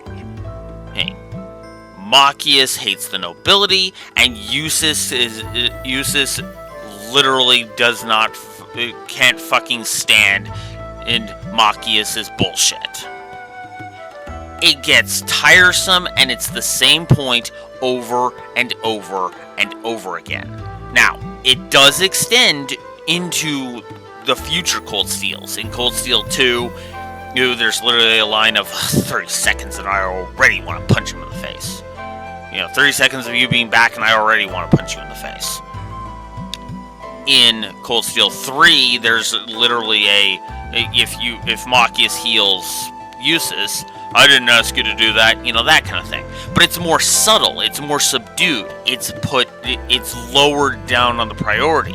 But here in Cold Steel 1 will shove the rivalry in your face. And it's one of the few things I can't fucking stand in this game. And it's one of the reasons why I'm actually thankful that I can now sit down and literally say, okay, finally, here's a negative I can give this game, because Jesus, I hate this rivalry. And it's actually going to lead to more negatives down the line. Trust me. Just wait until we get to the practical exam just before frickin' Breahard.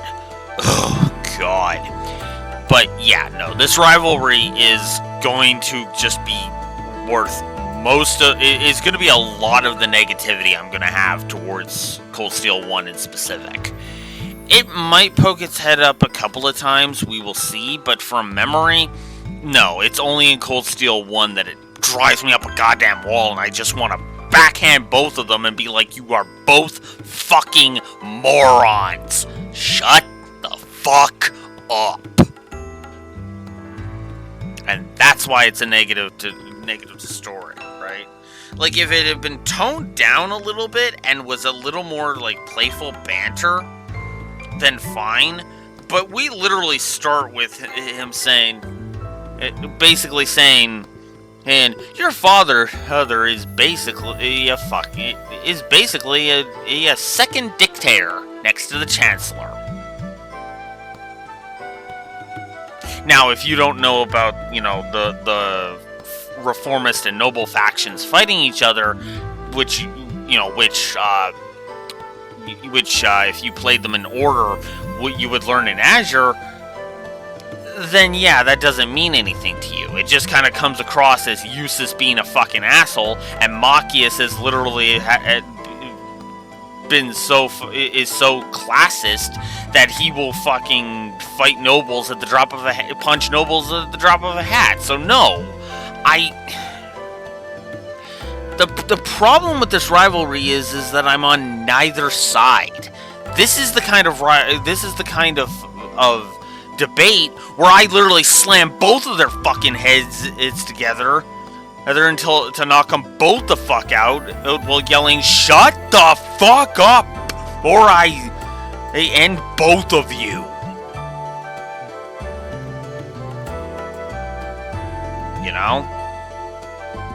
It really pisses me off. But anyways. Winds, give us your blessing. You're mine! All right.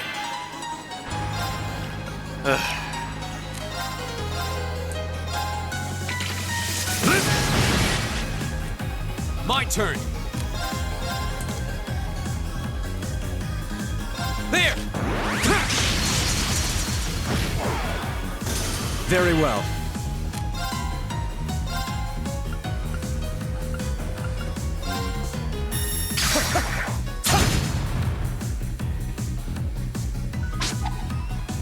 Too slow!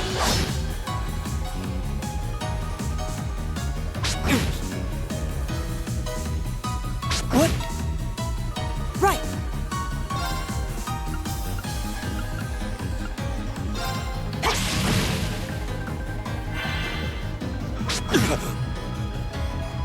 Here we go! There!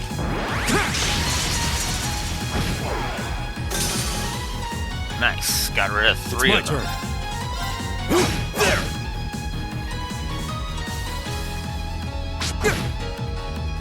My turn. Right.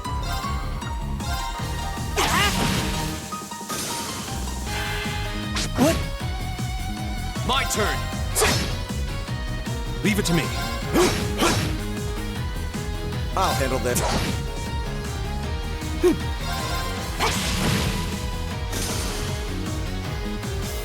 What? Here we go. Leave it to me. There. I'll handle this. Right. All right, let's keep going. Alright, so there's everybody else leveling. Now let's see where Reen's HP and EP are after this. I did it! Alright, so 119 in HP, 6 strength, and 5 defense, and it's 5 arts strength, 80 are 5 arts defense, and 1 speed. And he also learned Motivate. Wait, strength plus 25% and CP plus 10. An encouraging shout to rouse allies to battle. I did it! Elliot gained 92. Yeah, 92 HP, 4 strength, 4 defense, and it's 6 arts strength, and 6 arts defense, which puts him at 105 arts defense. That's pretty good. And speed plus 1. Nice. And Gaius gained 130 HP, 6 strength, 6 defense, 4 arts strength, 4 arts defense, and 1 speed. Alright. And... okay, so... alright, so yeah, on the gameplay axis... we'll go ahead and we'll give a plus for... full HP... heal on level up, because I do actually like that, even if it is, you know, better in other versions. But this is the one that definitely makes it so that you can't rely on leveling up to get by. So also shortcut to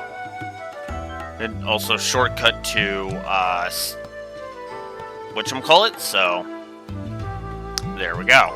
Cool. Alright. Now.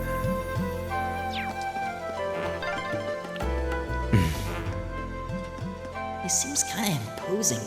I don't know how to break the ice.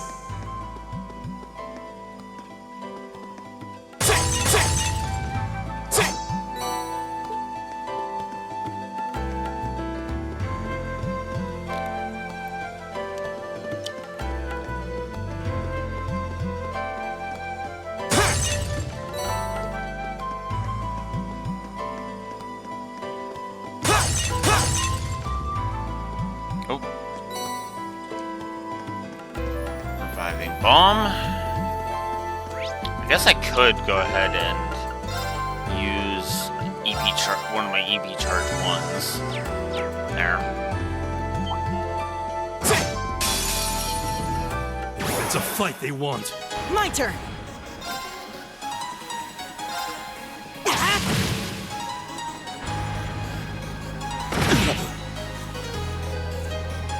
My turn. Very well. All right. You know, I honestly didn't think that it would take me this much longer to get through the prologue. I got through the prologue originally in, like, what was it, like 2.5 hours? We are currently almost at the 4-hour mark. And that's just because of how much I've been going through and just kind of My turn. gushing about this. Here we go. Very well. There we go. How pathetic.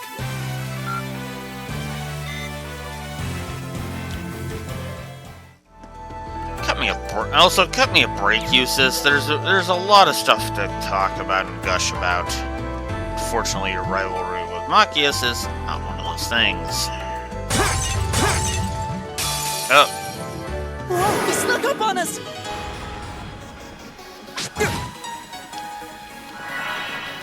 Oh yeah, I guess I should, Oh, of course. Alright, let's, I won't lose like this.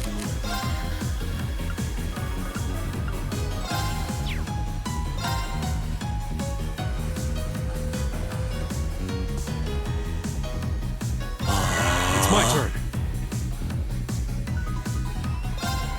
There! My turn!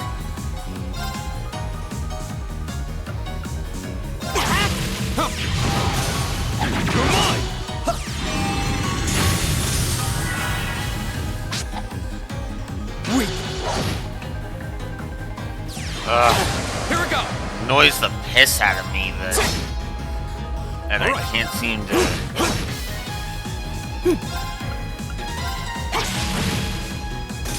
Get in a position to end that. Go. Okay, it's safe for now. Alright. Well, grab that. Go ahead and we'll heal Eustace up. Whoops. Actually, we'll heal everybody up. Because I've got more EP charge 1s, and we will use it. Use one. Alright. Cool. Some more Septif. So that's nice. Just have turbo mode on for a bit more speed when it comes to this. Oh, whoa! Whoops. No, I don't want that. I don't want to go there yet.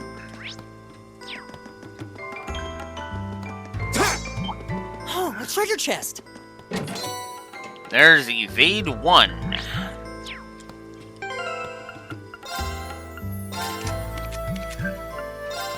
We'll give that to Gaius. So now he has an evade factor of 5%. You're in my way. Go! Right! Leave it to me. My turn. Oh, I never looked at Machias. Oops! My turn. I meant to do that. Ah, well. My turn! Leave it to me. Alright. There. Very well.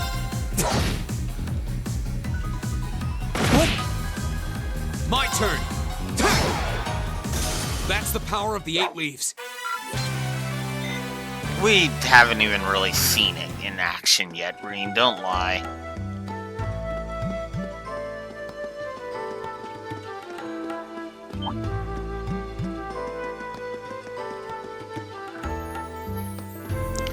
All right. Let's hit a rest. Let's do rest. And let's finish the prologue finally, shall we? And then I can go take a break. And then we'll Hey, are we...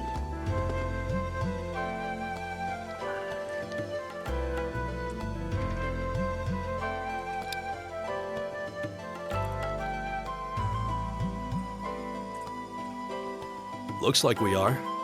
That definitely seems to be the exit. And I have to AFK briefly. I'll be right back.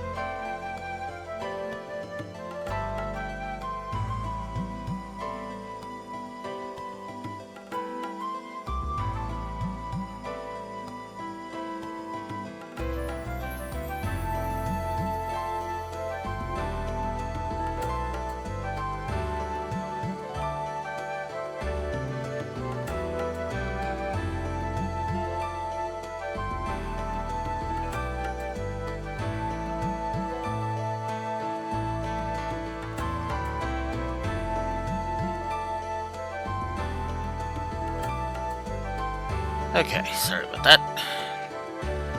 I can see the sunlight streaming in, so I'm guessing we're finally clear. This was a complete waste of time. Pointless busy work at best. Considering the school's esteemed founder, I was expecting more of a challenge, but nothing here posed even a modest threat. Did we even fight the same enemies? I feel like I've been stretched to my limits. What was all that business about Class 7 anyway? Good question. We've got people here from different backgrounds, classes, even cultures. Is there some sort of secret agenda with this whole Class 7 thing that we just don't know yet? There is, but we'll be getting into that a bit later. What was that? There.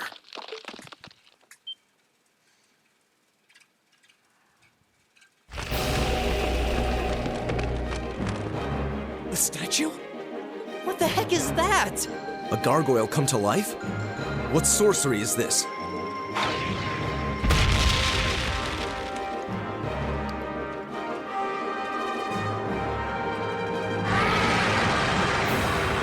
Stone Guardian, Egalut, whatever that said. Are monsters like this common in the Empire? Not outside of old wives' tales, they aren't. This thing's cutting off our only route to the surface. No choice. We have to fight it. Right. Finally, an opponent worthy of my skill. Idios, help us.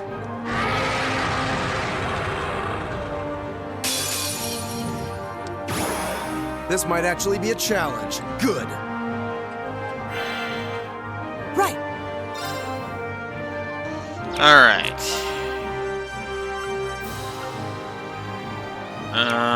Do I have any... I do have battle scopes. So I'm gonna use one on it. So. Iglut Garmer. Remember, this thing is gonna be a pain in the ass. My turn. All of it is 120, so it doesn't matter what kind of move I make on it. We'll just go ahead and do that.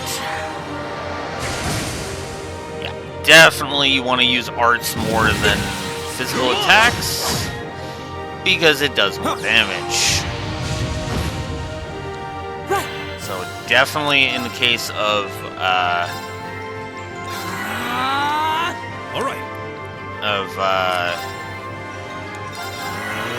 Usis. Very well.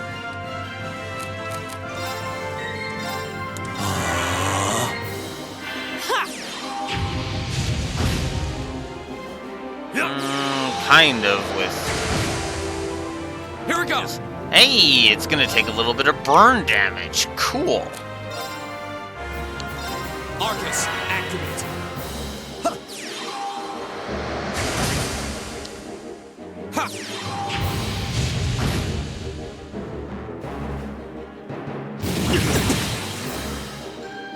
It's my turn. Marcus, activate. My turn. Yeah, instead of doing like 200, let's do like 5 to 700. That's my motto here. My turn. Except Gaius is really not doing that much. As much. She's only doing like 300.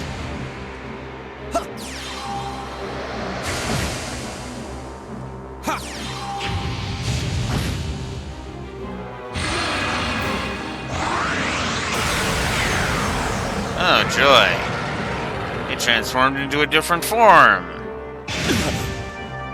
Leave it to me.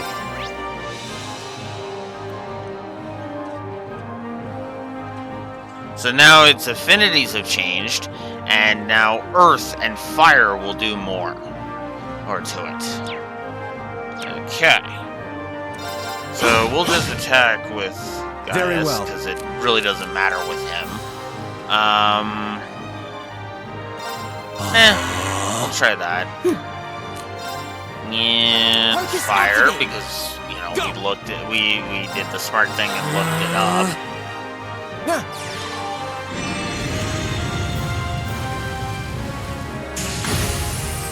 174. Oof. That really didn't do much. 270. Woo! Now it's taking less damage than that. Alright. My turn. 0 arts. You really don't have much of anything. So, I am going to use a tear bomb on Gaius. Here we go. Alright.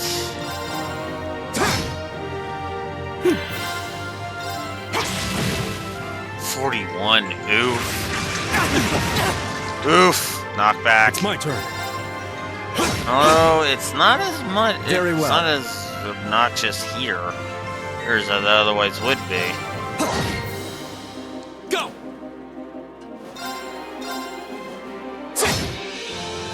My turn.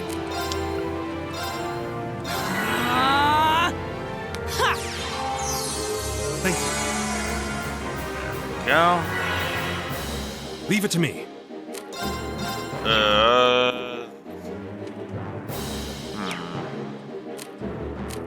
Well, I guess we could try it. I'll handle this.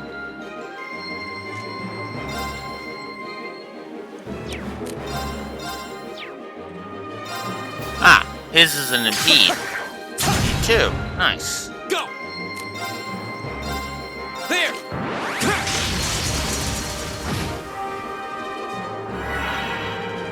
My turn. Uh-oh.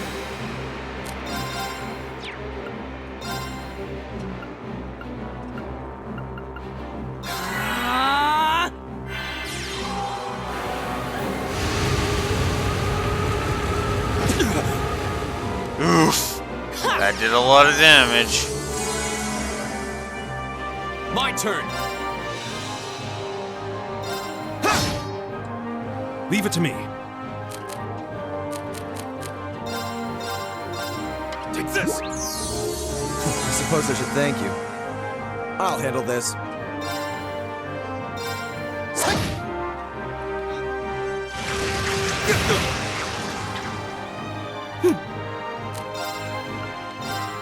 Arcus activate.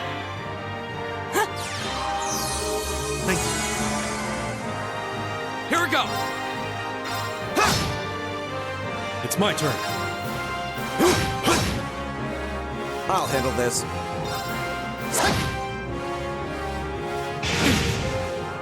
Right. Not yet. Got him.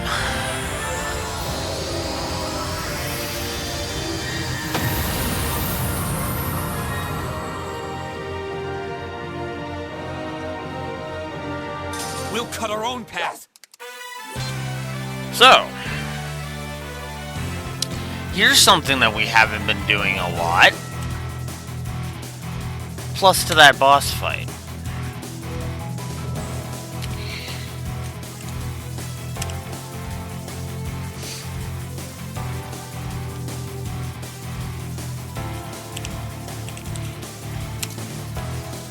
Eat loot.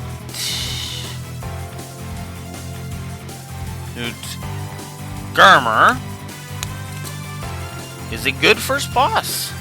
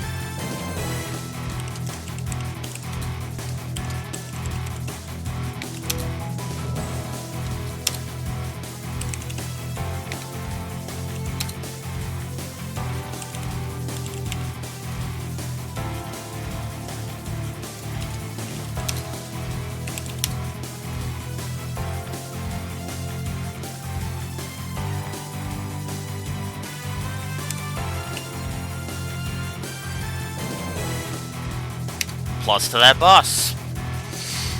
Because that boss was actually designed, and oh, would you look at that? No status effects in sight. Yeah. I didn't struggle with that fight. I actually was comfortable all the way through. I just needed to heal a couple of times. There you go.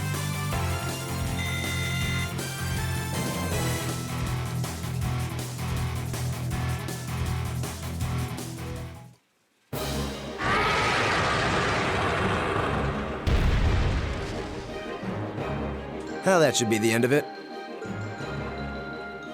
No, it's down, but not out.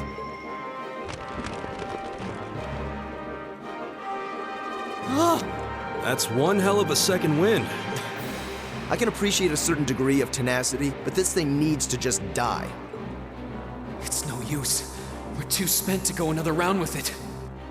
Guess I have no choice. I'll have to. Stand back! I do like the foreshadowing of that. All I'm gonna say is that I guess I have to, and I'll have to, is You made it! foreshadowing. So. You've certainly got some good timing. Seems like you're all okay at least. I'm sorry we took so long. You're here, and that's what counts. So, a gargoyle, is it? I didn't expect to find the Dark Ages alive and well down here. It doesn't seem like it'll go down easily. Indeed. It's brushing us off as though we barely even scratched it. But with this many of us, if we can just find an opening. Fine. I guess I'll help out. Looks like you started the party without me. You? Releasing limiter. Take this! Break shot!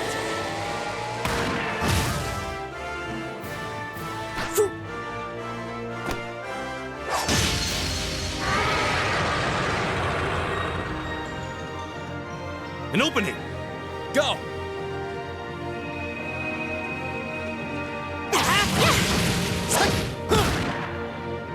Fire! Now! This one's mine! Ah!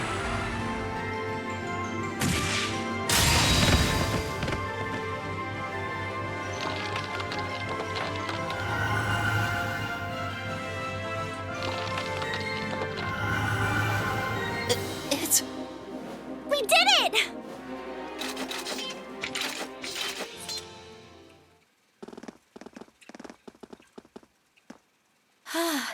I think that's the end of it.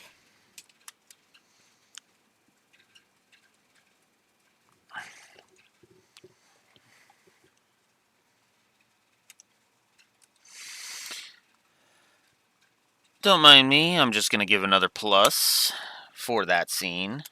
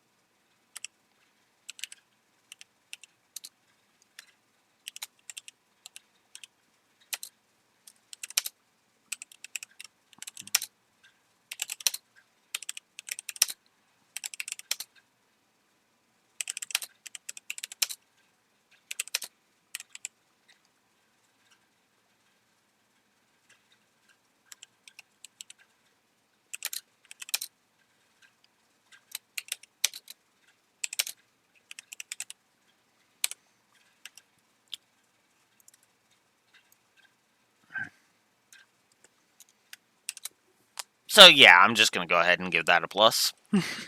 At the very least, That creature doesn't seem like he'll be coming back for a rematch anytime soon. What happened there anyway? Right at the end of the battle. Now that you mention it, I did feel something wash over me for just a second there. It was like each of us were engulfed in some faint blue light. What? I did notice something as we fought. Perhaps it was just the blur of combat, but I felt like I could see everyone's movements in precise detail. I don't think it was just your imagination. Agreed. I have a feeling what we just experienced was... The biggest selling point of the almighty Arcus? Give this man a prize.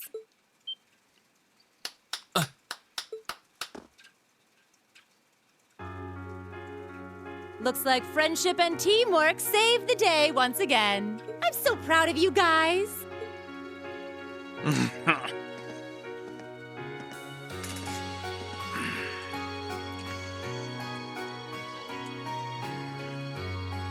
Anyway, that about finishes up today's special orienteering exercise. Aw, what's with the long faces? I thought you'd all be happy.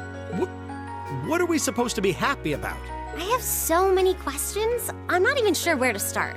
Oh? I'll take a stab at it. What exactly is the purpose behind this Class 7? I mean, we get that it's supposed to be some sort of melting pot that includes a broad cross-section of people. But why were the 9 of us chosen in particular? That is a valid question. There's no single monolithic reason why you all made the list. But if I had to name a major contributing factor, it'd be those Arcus ordnance you've got there. How so? Well, like I explained earlier, the Arcus units are developed jointly by the Epstein Foundation and the Reinford Company. Like any battle ordnance, they let you use arts, and these have communication functionality built right in. But their crowning feature is what's known as combat linking. That's the phenomenon you all experienced just now.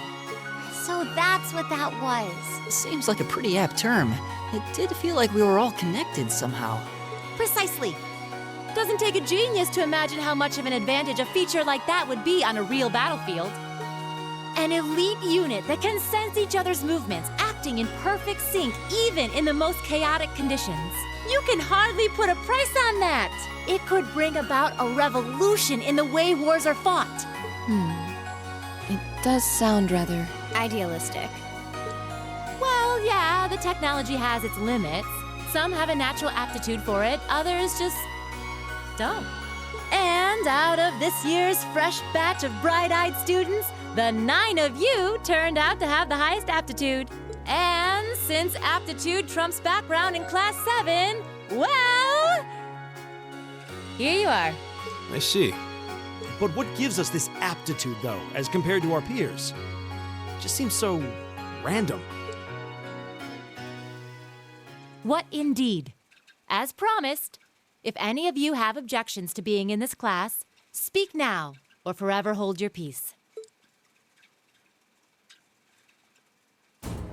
I think that pretty much covers the hows and whys of your situation.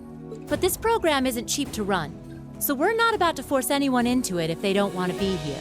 You should also be aware that Class 7's curriculum will be tougher than any other class's coursework. Just fair warning. So now you know, and that leaves you all with an important decision to make. Will you stick with Class 7 or not?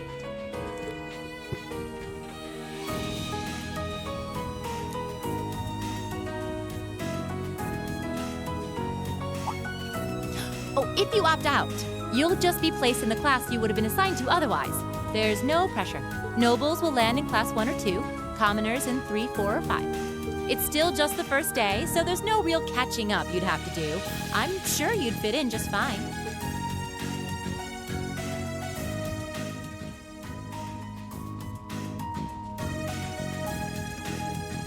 I'll do it. Whatever Class 7 has to throw at me, I'm game. Oh, wait, what? Just like that? So you're the first then. You seem pretty sure about it. Any particular reason? Not really. I just feel like I've put my family out asking them to send me to this school. So, if it gives me more to show for my time here, I'll take whatever opportunities come my way. A noble sentiment.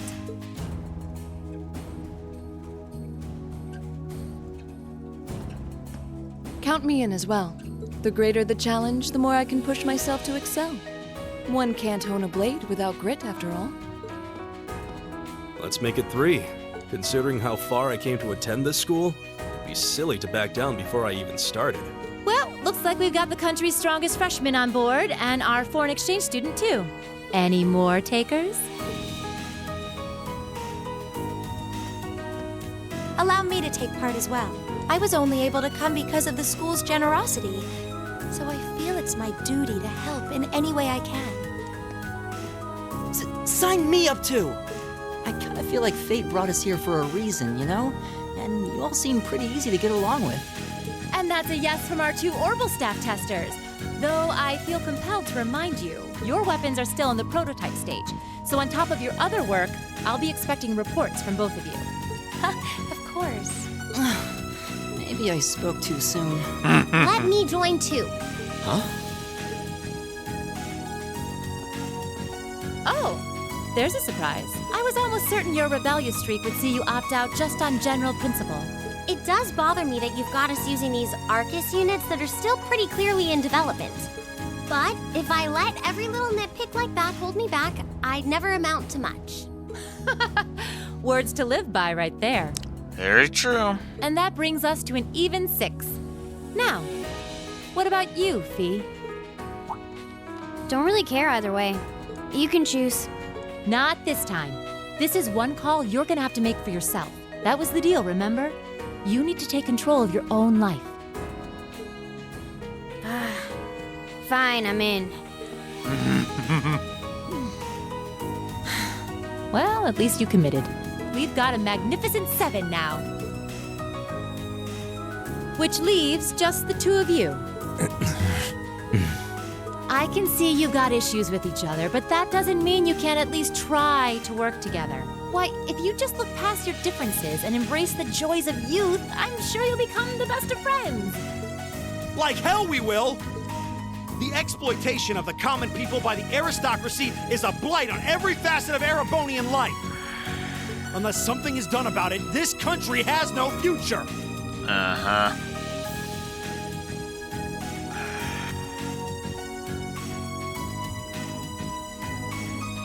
I mean, yeah, you kind of have a point, but at the same time, it's like, Jesus, dude, come on.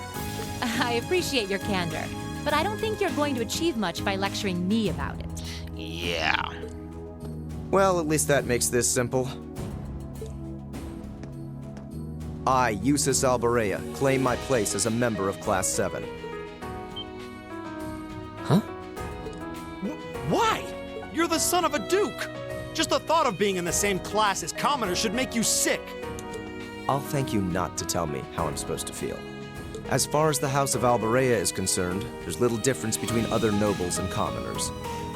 Besides, this should at least ensure I won't have fools flitting about every day trying to win my favor. That said, I have little interest in getting drawn into your petty arguments on a daily basis either. I think it would be prudent for us to go our separate ways. I'm certain we can at least agree on this, no? I don't need some pompous ass who coasts through life on his father's coattails telling me what to do. I'm in, come hell or high water. You might have had your successes spoon-fed to you up to now, but no outmoded class system is going to hand you trophies anymore. We'll see about that.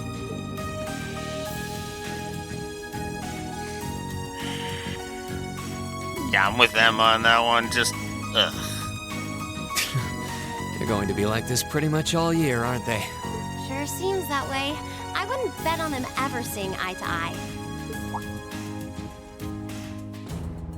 Oh. The pots shouldn't be too hard on the kettles. Give a guy a break.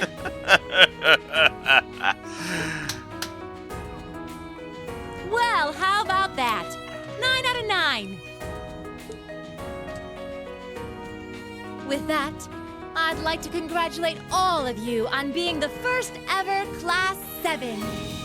I hope you keep those high spirits all year, because with the workload we've got planned for you, you'll need it.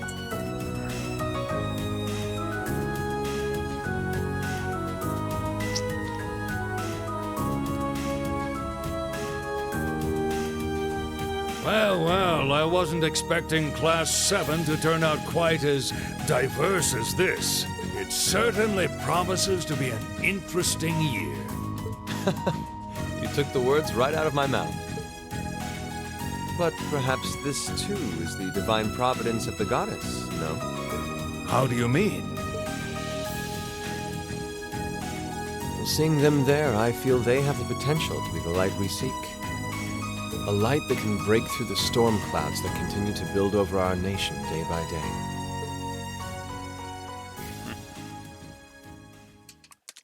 And, well, the awesome intro plays again. I'm going to type up some more positives. Are you really surprised?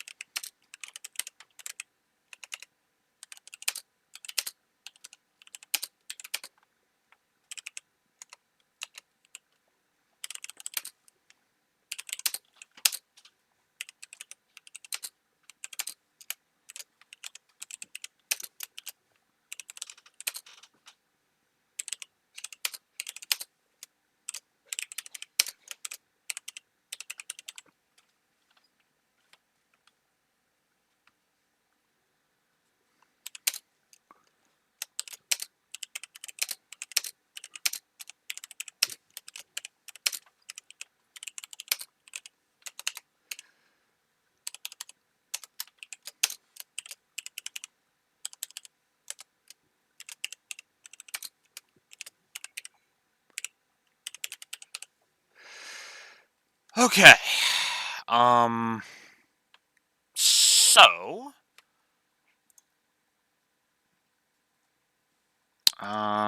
Let's actually do that.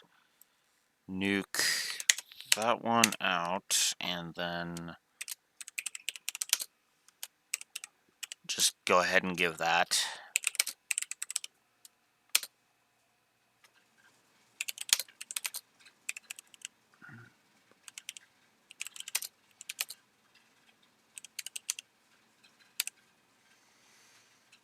Okay.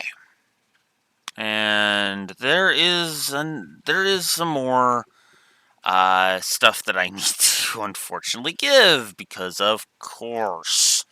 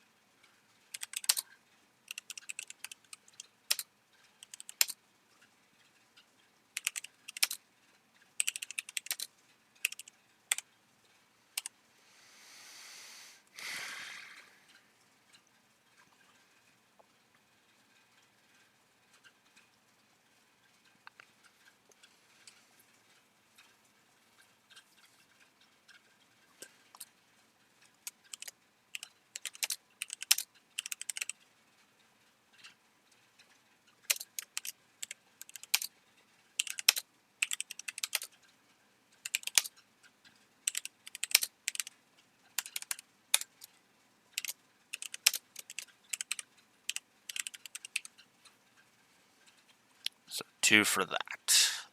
So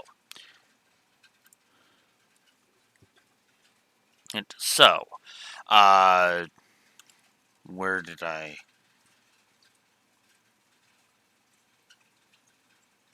Okay, yeah. So Class 7's official format and a triple positive for the intro, as well as a double positive for the flash forward. Because yeah, all of the yes, the flash forward is awesome, great characterization and whatnot, and on top of that, I actually do think this intro is worthy of a triple positive, so it gets it there. Over on the gameplay axis now. God, I'm so gonna be accused. And I am so gonna be accused of being a Cold Steel fanboy with this. Over on the gameplay axis, I have also given a triple positive to the intro there as well, which puts us there on the gameplay axis. And I am going to go ahead and just codify that negative for scaling exp. Jesus. That's nuts. So, in case you're paying attention, in case you're not paying attention, not quite seeing this, that that is plus 60. What Cold Steel 1 is currently sitting at plus 64 overall net.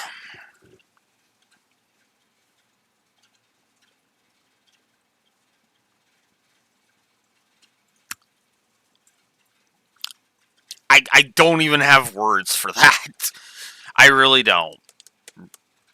Because, yeah, this is insane. This is just straight up nuts. I like this. I mean, Jesus, I can't believe that the intro itself has praised it. Well, I mean, some of this is front loaded, but like, seriously, even with all the front loading, like 64 freaking being at net plus 64. I am expecting things to slow down now because, well, yeah, no, gameplay is not going to be too crazy. I've already given the triple positive for, for a lot of stuff. So there's nothing for the gameplay score to really build upon. This is where I'm going to probably go ahead and say that the gameplay score is going to just stall out. The story score will expand a bit, but I have a funny feeling that the gameplay score is just going to kind of sit level, right? Sit where it is for a while. It'll probably add some positives or negatives depending on boss fights, and that's going to be about it. And then when we start getting into like the S crafts, then that'll play a factor. But yeah, no, this is where I stand at the end of the first session. So I've got a couple of things I need to go deal with. So I am going to go deal with that. And then for those, if anybody's catching me live, 1 hour, I will be back with more Cold Steel 1. And for those of you on YouTube, I will see you tomorrow. Later.